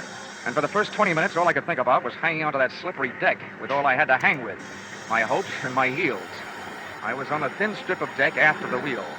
Hard by my hands was a deck cleat. With that for a starting point, I went to work, trying to out-navigate that rope, which Barton Drake had lashed the wheel. I worked my tied wrists over the cleat and dropped my legs down over the side into the icy racing water. I had rigged myself into a human jury rudder to swing the boat off its course. I didn't know where it would take me, but I didn't care, so long as it wasn't out to the open sea.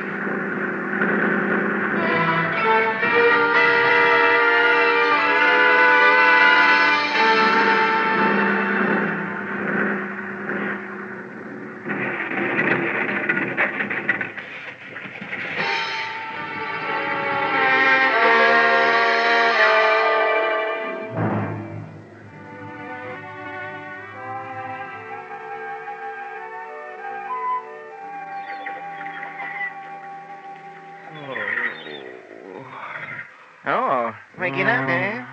Might as well tell you. Your boat sunk and you ruined my dock last night doing it.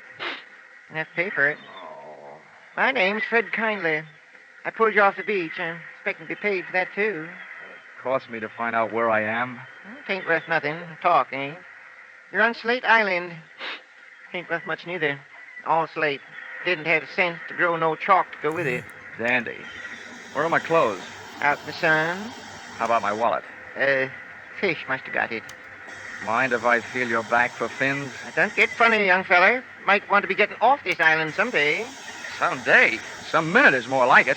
You got a boat? Of course I got a boat, but ain't got much food. Maybe if I could afford to buy some supply canned goods when I got to the mainland, well, Well, how much would it cost? much as $100, maybe? Okay, it's a deal. Let's go. Hold on now. Only said maybe. Come think of it, might cost $200. Oh, okay. You swindler. 200 then. Swindler, am I? I say a fellow might as well have the game as his name. Makes my price $500 worth of grade A canned goods. And if you don't want to pay it, you can get out in this shack and wait for the mailboat. Maybe I will. When does it get here? Week from Tuesday. Okay. You'll get your $500 worth of canned goods. When can we start? I'll give you your clothes soon as you put it in writing and sign your name. Where's the paper? Right here. Keep it handy. Just fill in the amount here. $500 worth. It's a regular contract for shipwrecks. Okay. Give it here. 500. Now, where do I sign? Right there at the bottom. There you are. All signed. That's a peculiar name. Ali Khan. I'd had more than my share of wind the night before, so I decided to throw caution to it. I went into the building at 127 East 89th Street and up to apartment 3C. First, I knocked with my knuckles and got no answers, so then I knocked with my feet. Well, what do you know? The lock broke. There was nobody home, and Barton Drake must have been out calling himself Granny at the moment because the wheelchair part of his disguise was also among the missing. The closet was empty, and the brand-new Gladiator bags I had delivered the previous evening were nowhere to be found. Now, nobody could say I hadn't made it easy for Drake to make a getaway with my little giveaway. I'd even supplied the luggage. But all the traffic wasn't going. Some of it was coming. Well, Stella, there's one bad thing about kicking your way into places. You can't lock the door behind you. Well, now that you're in, you better come all the way in. What are you doing here? You should be asking me what I'm doing alive. The only answer I've got for that is I don't murder easily. Where's Barton? That was the next question I was going to ask you. Now that one's gone, I've got a couple more I'd like to ask you. And don't argue. I don't know anything. Well, then let me tell you something. If you're not guilty of anything else, you are guilty of attempted insurance fraud. That's in my department. The tougher you make it on me, the tougher I'm going to make it on you. Now, about those questions.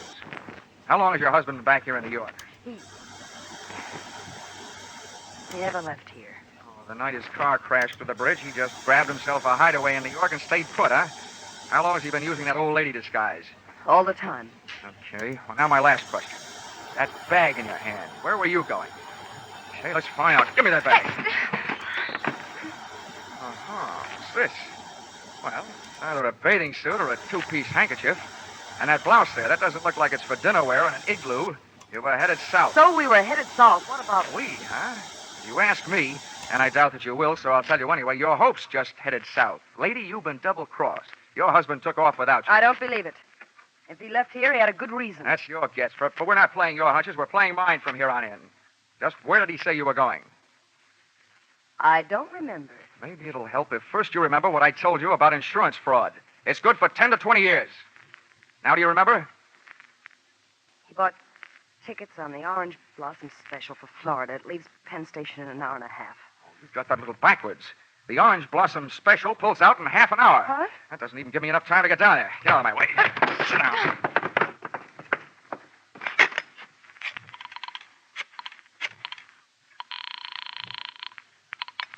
Information. Hello. Information. Look, I want the telephone number of the Penn Station branch of the Travelers' Aid Society. This was once when I didn't want the society to aid the traveler. I told them that Barton Drake was my invalid aunt and as nutty as a fruitcake. With Stella's help, I described his costume from the daisies on his hat to the buttons on his shoes. I tagged it off with a warning that when my aunt left the house, she thought she was a honeybee and was on her way to throw herself in front of the Orange Blossom Special, wheelchair and all. The guy on the other end of the line took off to round up the railway police, and I took off to round up a taxi.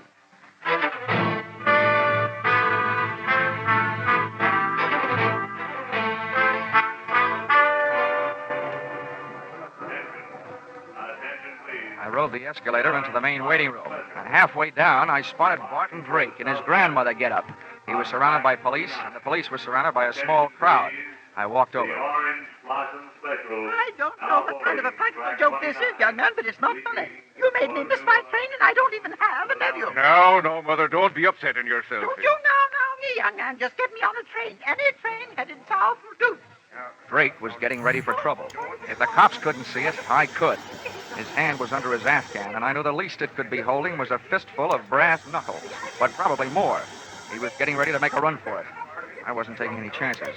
I edged my way through the crowd, up behind the wheelchair, spun it around, and hit what looked like somebody's grandmother a beautiful shot in the whiskers. He hit the old lady. I got him. Now, wait a minute, officer. You don't understand. Don't understand, don't I? Take an old lady, will you? He's not an old lady. It's trouble you want, you scoundrel. Here, maybe this will quiet you Oh, down. you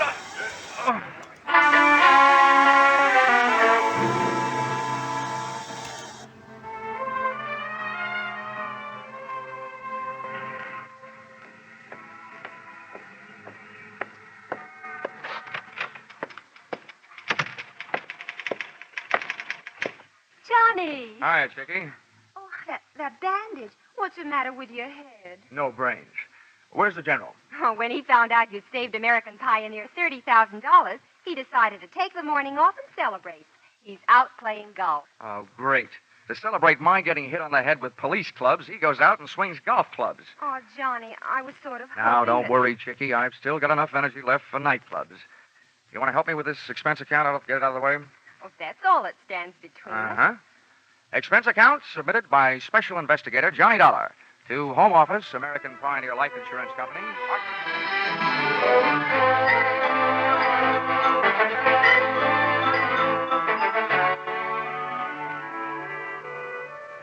First, the police held me and let Granny Drake go to the hospital, where they learned the truth.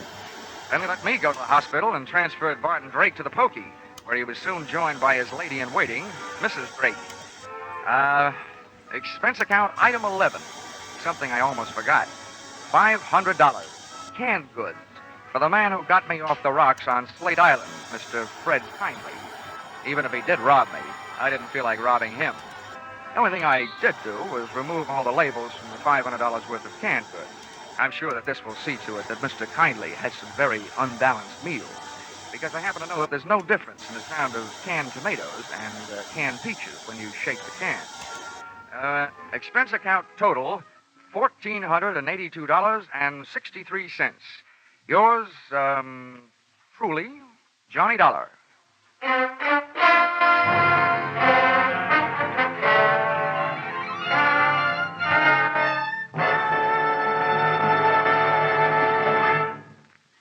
At last, mankind is facing up to one of its most feared diseases, cancer. Research scientists are working tirelessly, exploring every avenue that might lead to new treatments, new cures, and new insight into the causes of the disease. At the same time, the American Cancer Society is working to keep the public informed of all the progress that has been made, trying to reach everyone with the message that the sooner a diagnosis is made, the better the chances of cure.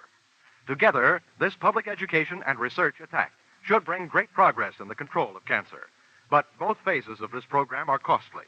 Realizing you are giving to a fight against a disease that could menace you, give generously to the American Cancer Society's drive for funds this year.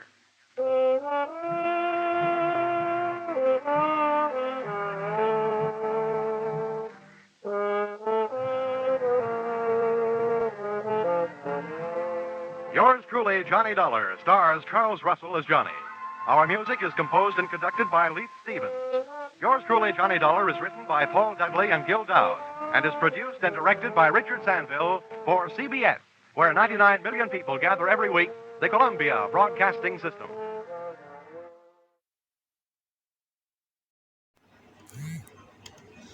Time now for Edmund O'Brien as yours truly, Johnny Dollar.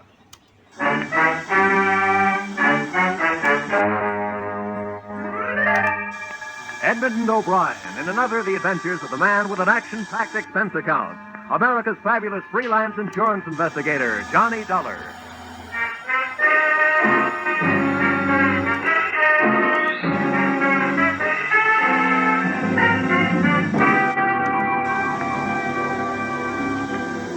Expense account submitted by Special Investigator Johnny Dollar to Home Office, Intercontinental Marine Insurance Company, Hartford, Connecticut.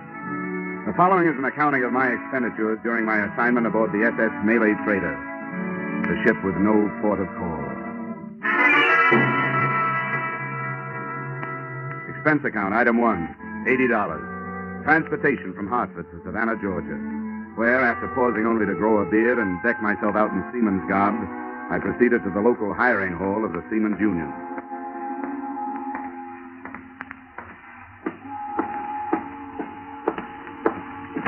The Cape Lorenza, C2, sailors for the Panamanian line, bound for Rio de Janeiro. Mail leaves tomorrow morning, 9 a.m. The call is for one baker, one galley boy, one carpenter, and 2 ABs. Yes, okay. All right, we'll put the call right through right away. Well, what is it? The name is Dollar. I'm signing on the Malay trader. Ordinary seaman, special permit. Special, huh? Well, let me see now. Oh, yeah, here it is. Insurance deck, huh? Well, I'm glad to cooperate, Dollar. Thanks. Where do I find the ship? Pier 8. The directions will all be here on your assignment slip. What's the beef? A hot cargo? Well, maybe. When I find out, you can read about it in the papers. Okay, so you're not talking. That's your business. Here's your slip. Now, the best way to get there is to follow the railroad tracks past the warehouses by the corner.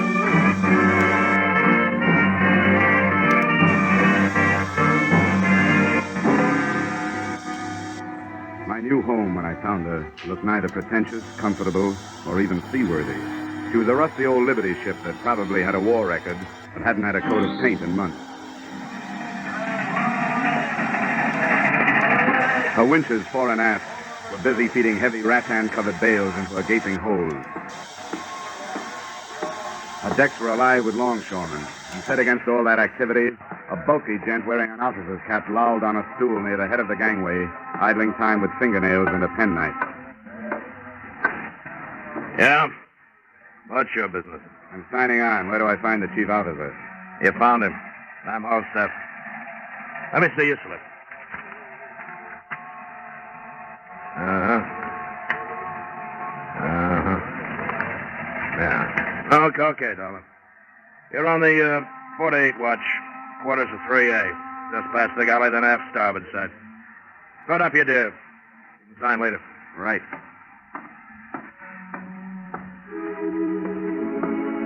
So far, the spy story method seemed to be working. I was aboard the ship as a seaman, and a few seconds later, I was shaking hands with the man who shared my quarters, Al Rhoda, on a salary for 4 years as Intercontinental's marine investigator.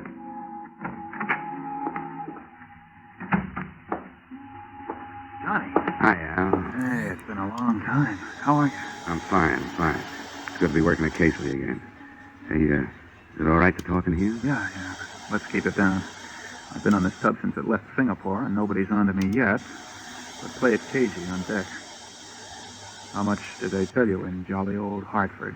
Well, they gave me just the basic situation that Intercontinental insured a bunch of crude rubber from British Malays before the devaluation of the British pound sterling. Half it, I understand, burned in a warehouse in Singapore. That to the tune of over 100,000 insurance bucks. I flew out there. Signs of arson, but no proof. I followed the other half of the crop here to Savannah. Hey, this company that owns it, Malay Traders, kind of an outfit, is it? They aren't angels. Been up against British customs a few times. Never nailed. They own their ships, and the branch here, headed by a Mr. Pila, imports basic commodities, like the rubber and minerals. Mm-hmm. Well, the point is that since this crude was insured before the British pound dropped, they can bring in more loot destroying it than they can selling it. Yeah, I guess that's so loose. And I take it the policy covers until they do sell, huh? That's it. I thought we were getting rid of it here.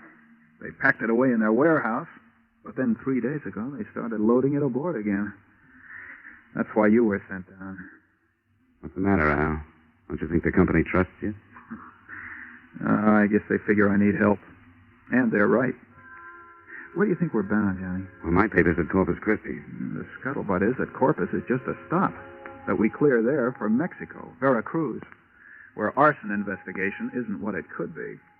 After that operation in Singapore, what else would they do? Hold it. Now, look. You in there? Yeah? All stop. Ship's article through the company office, corner of the warehouse. Go ashore and sign them. Yeah, okay, right away. Sir? Nice try, sailor.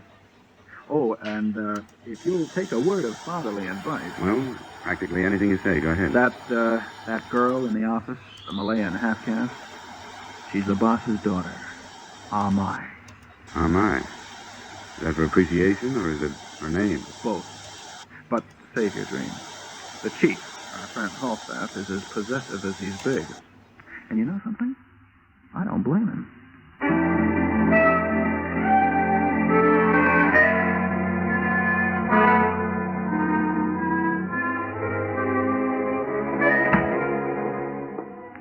I didn't blame Horsestaff either after I saw Amai. You could tell she had enough Occidental know-how to be proud of what the Oriental did to her looks. Amai, indeed. Good afternoon. Hello. I'm here to sign the articles. I'm the Malay trader. What, please, your name? Dollar, Johnny Dollar. Dollar. Are you a very thrifty man, Mr. Dollar? Well, hardly. My name is usually the only one I have to my name. Your signature right here. I wish I was sailing with you. What? What did you say? That I wish I was sailing with you. I have begged with my father, but he will not let me go with him. Oh. Your father's going with us, huh? I didn't know that. I would beg some more. Once again, please, your name right here. You have nice hands, Mr. Dollar. Nice, huh? Now, why'd you say that? I see so many hands here on my desk. So I notice them. Some are big and nonsense. Some are short, some are dirty. In the steward's department, some are clean from dishwashing, but all wrinkly. I see. Well, I'd better get back to the ship, thanks. Thank you. We hope that conditions during your voyage will meet with your approval, and that you will accept employment with Malay traders again.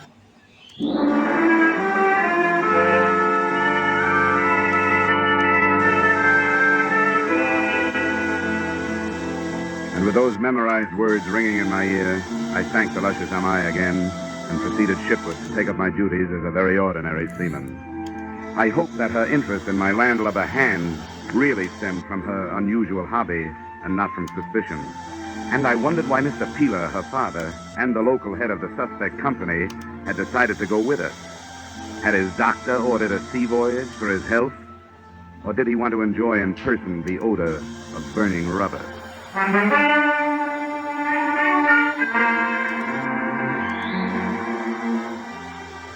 The next afternoon, the cargo had all been brought aboard. The ship was made ready for sea. And I have sustained, along with multiple cuts and bruises, the ire of the bosun because I didn't know the difference between a preventer and a topping lift. But by the time night fell and the Malay trader was plunging down the Atlantic coast, I knew one thing. The sailor's life is not for me.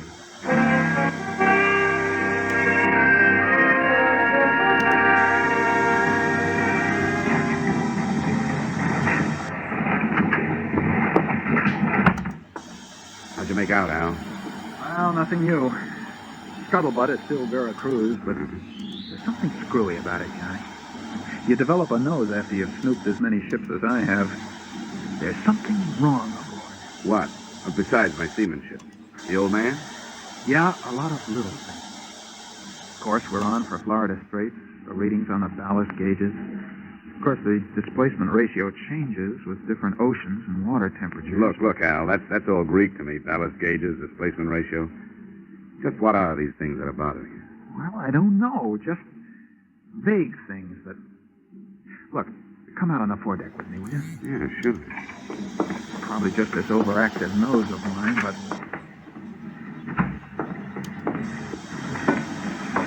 I want to get a look in one of these holes. Now, there's a hand standing lookout, and if you'll go up there and keep his attention, I'll slip into the escape hatch of number 2. All I'll need is about 10 minutes. I'll meet you in the cabin.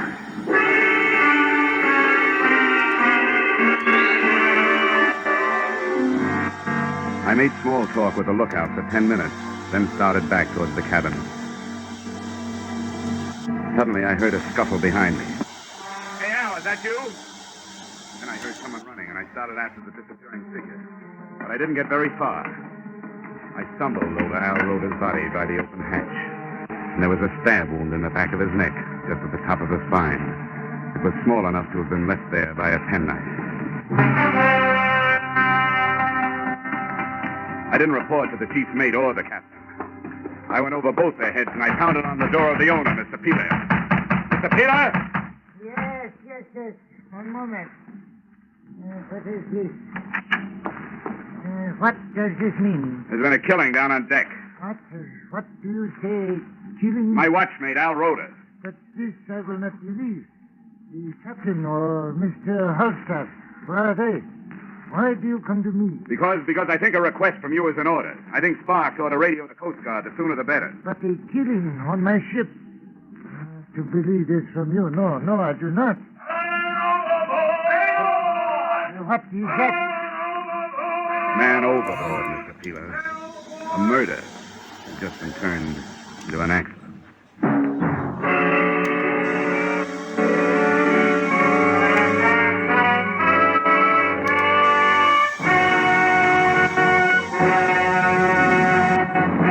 In just a moment, we return to the second act of Johnny Dollar. But first, Kitty Callan will join Vaughn Monroe's caravan along most of these same CBS stations this Saturday night. And on the CBS Gene Autry Show, the King of the Cowboys will bring you Ramona, When the Bloom is on the Sage, and many another Western favorites. The Vaughn Monroe Caravan and the Gene Autry Show are heard every Saturday night. Hear them tomorrow night in an hour of Top Pops and Sagebrush Symphonies. Now, with our star, Edmund O'Brien, we return to the second act of yours truly, Johnny Dollar.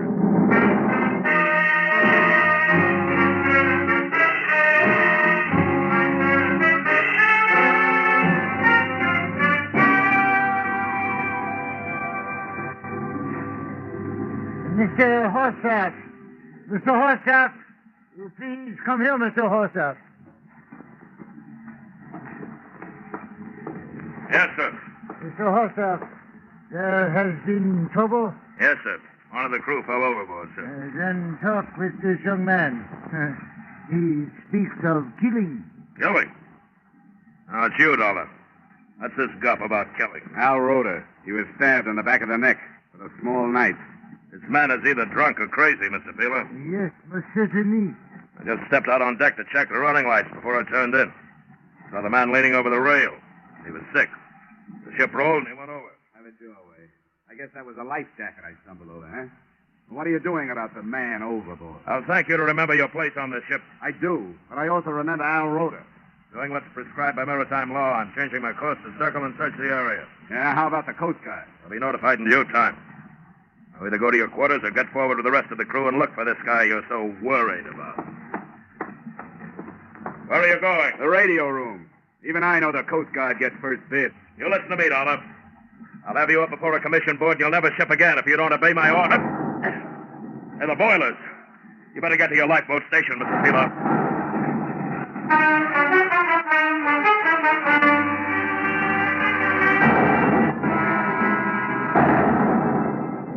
Every time an explosion lifted the Malay trader up off the water, it lifted my stomach up with it. My heart must have been pounding, too, because I felt it high in my throat. And feeling that big seagoing box of steel plates and bolts shuddering under my feet, painted sweat on my forehead, and big, sticky flashes of real fear on my soul. This would be getting dead the hard way.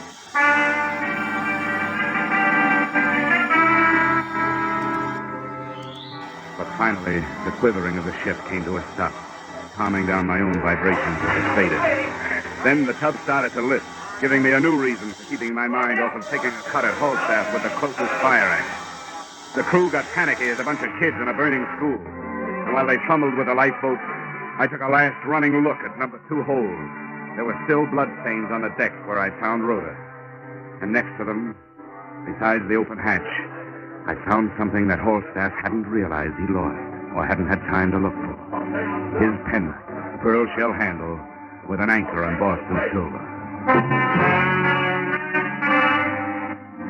I pulled back the tarp further, moved a few of the sectional hatch covers, and got a look into the hold. There was enough light to see the cargo, and enough smoke curled out to tell me the explosion had not been in the boiler. Yeah, I had a fine case, except it was going down under my feet, and I'd end up with everything but proof.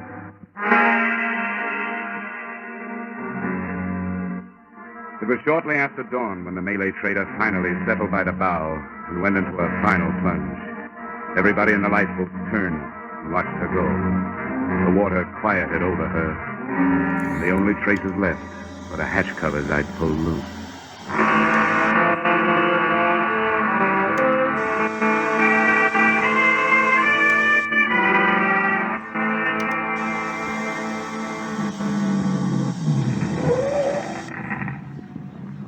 This place, mister. Yes, that's... That'll be, 280. Yeah, here, I'll keep it. Oh, thanks.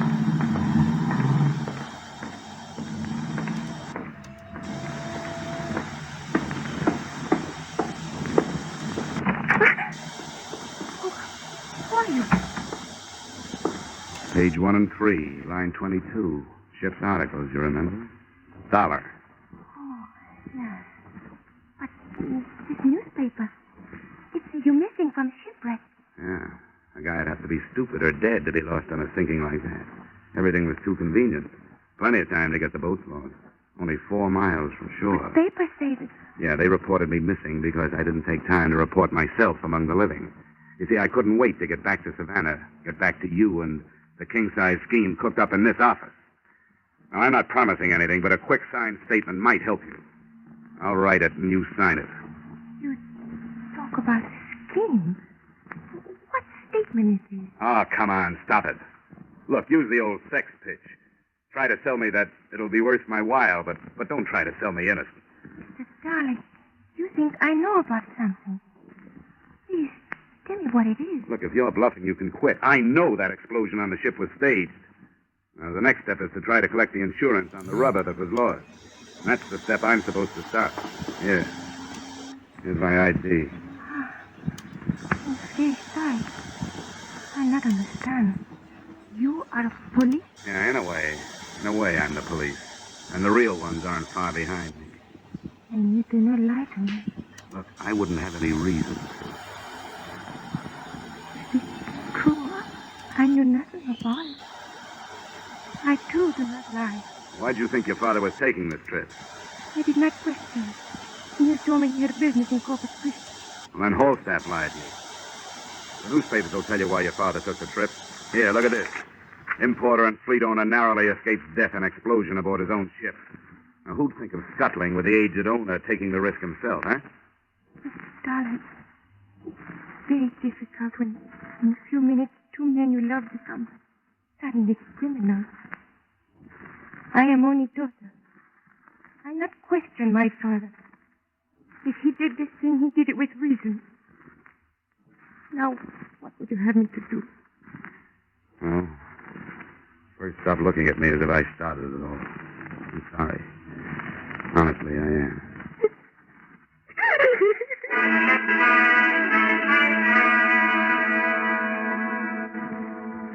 It's clear to me now that she wasn't lying. To hide my embarrassment, I read through the newspaper accounts of the sinking again while she recovered herself. There were air photographs of the huge oil slick the sinking ship had left on the surface. The only reminder now that the hatch covers had drifted away. The lack of wreckage was mentioned in the stories, and I remembered Al Rhoda worrying about ballast and displacement. I looked up the number of a local chemist, and I made a phone call.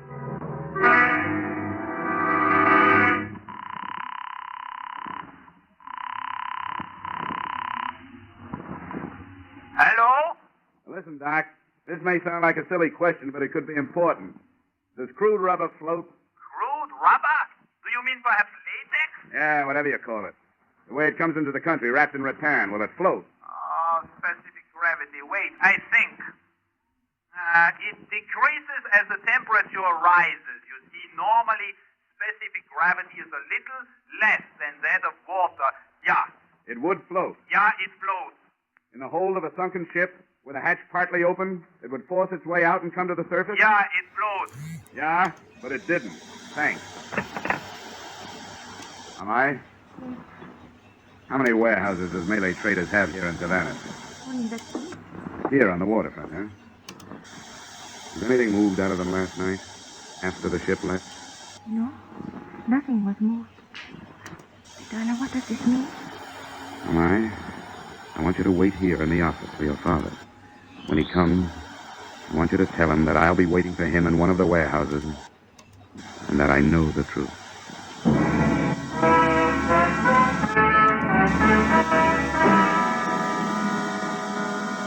The Malay trader warehouses were closed for the day, but my foot in a window opened them. Both were stacked high with imported goods, and I picked my way through everything from lychee nuts to ivory back scratchers. In the second one, hidden behind a wall of cotton Ceylon tea, I found what I was looking for. They were unlabeled wood crates. I opened one, and the resilient mass inside was crude rubber, still on dry land and still insured. All right, Dollar, hold it. Hold what, Holstaff? There's nothing left to hold. What do you mean by that? That for me, everything is finished. Wound up. Time for the law. Unless you can make another switch with that rubber before they get here. You mean that rubber in the crate? Yeah. Been here for over a year. Ah, come on. Let's not waste time. You and Pila and I know there wasn't any rubber in number 2 holes. You saved it to sell after you got paid off for losing it. And I'll let the experts prove it. What experts? Oh, they got all kinds. You know, one group is going to nail you for murder. That's very funny. That's very funny. So is a penknife a funny murder weapon. But I found one on the Malay trader on the deck near number 2 hole.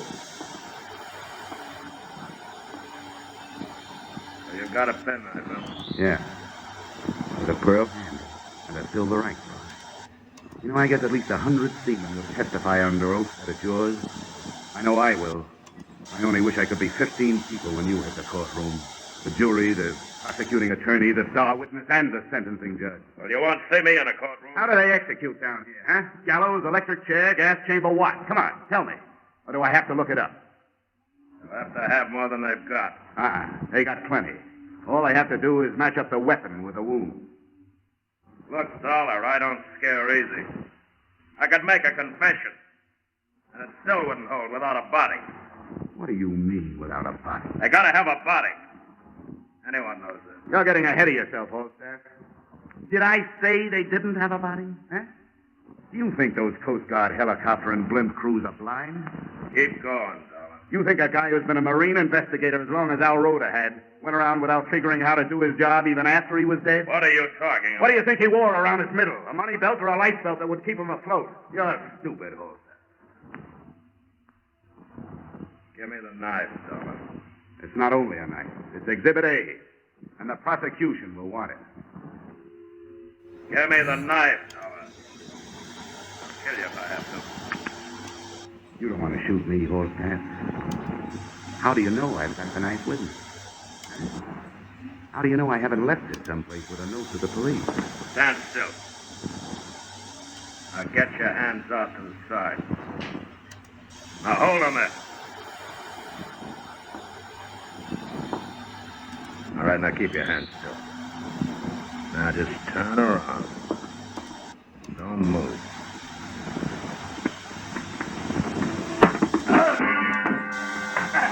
It wasn't time for Queensbury rules. He was close to me, and I used my feet.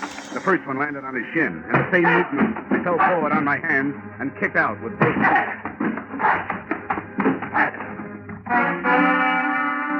Two sea boots into the solar plexus would have stopped an ordinary man. And after I gave him a couple more, the big chief mate turned into just that, an ordinary man.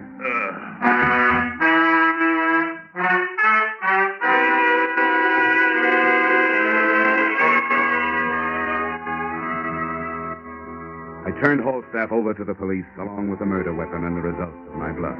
They took it from there to a confession.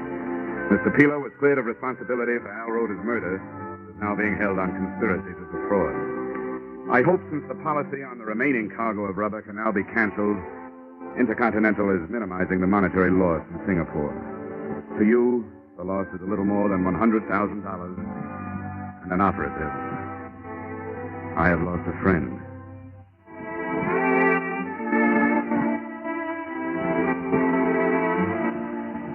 Expense account item 2, $63. Getting my foot on a bar and my chin off my chest while waiting for a train to take me out of Savannah.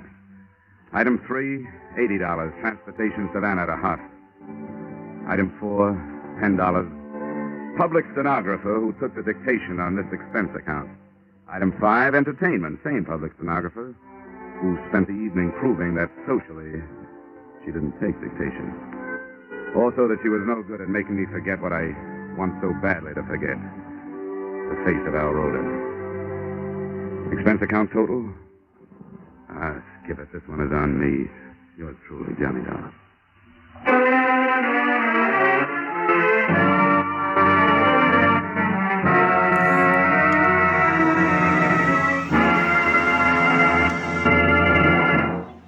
Yours truly, Johnny Dollar, stars Edmund O'Brien in the title role and is written by Paul Dudley and Gil Dowd.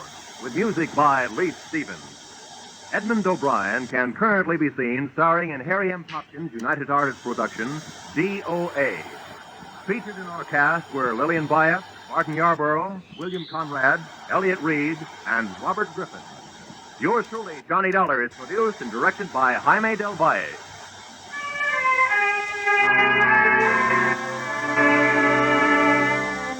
Join us again next week when Edmund O'Brien returns in another adventure of yours truly, Johnny Dollar.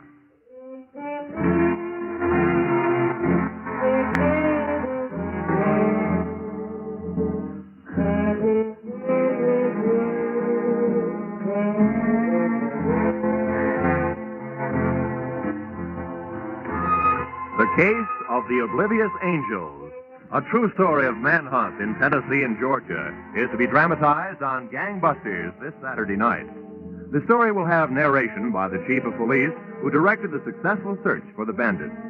So for a half hour of real adventure, as experienced by our forces combating crime, listen in this Saturday on most of these same CBS network stations to Gangbusters' story, The Case of the Oblivious Angels. This is Roy Rowan speaking.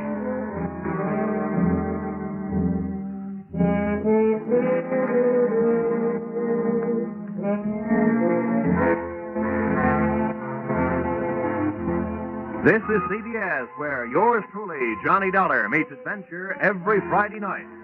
The Columbia Broadcasting System.